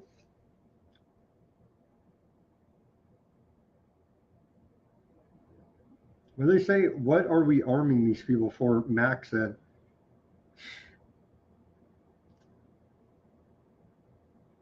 Telling you. All right. Thank you guys for keeping that chat lively on the Rumble. I had to try to get through as much as I could there for you today. What else did we got? YouTube. There was some good YouTube comments. Thank you guys for tuning on YouTube. I do like that Dick Moves comment. Big Gavir spit on Rubio. Because that's what they do, right? That's what they do. And then when, quote, American Christians go over to the Holy Land, they're not supposed to act like that, but they still do sometimes. Remember that clown, what's his name, Tatum? Tatum interviewed, went over there to kiss the ring, the wall, and remember that was and interviewed Netanyahu, and that was the only thing people could talk about was, why are they spitting on Christian? Why did that young Aardvark girl come up and spit on a Christian? Because that's kind of their thing. You know what I mean? But brainwashed Christian Zionists here in America don't seem to get it. Maybe someday we'll pray God will give them discernment in their heart and open their eyes to their lying preacher or whoever the hell told them all this bullshit about we got to worship Aardvark land committing genocide. You know what I mean? Anyway, let's pray they have their eyes open to reality here now. You're not getting raptured out of this, and you're not on the right side backing Aardvark land in their genocide. I'm sorry, but that's the facts of the matter here now. You're not a good Christian. You're a useful idiot, whatever. I will meet God right now. I'll face my judgment and stand firm on this against their bullshit Christianity, Schofield Bible Christianity. This stuff gets me fired up, man. Anyway, I got to sign off here before I start cussing. Thank you guys for tuning in to on Kick, Facebook, Twitch, YouTube again. As always, everybody do your own research. Peace, love, and freedom. Speak out and take action. Have a great rest of your Tuesday evening, and we'll be back here on Wednesday,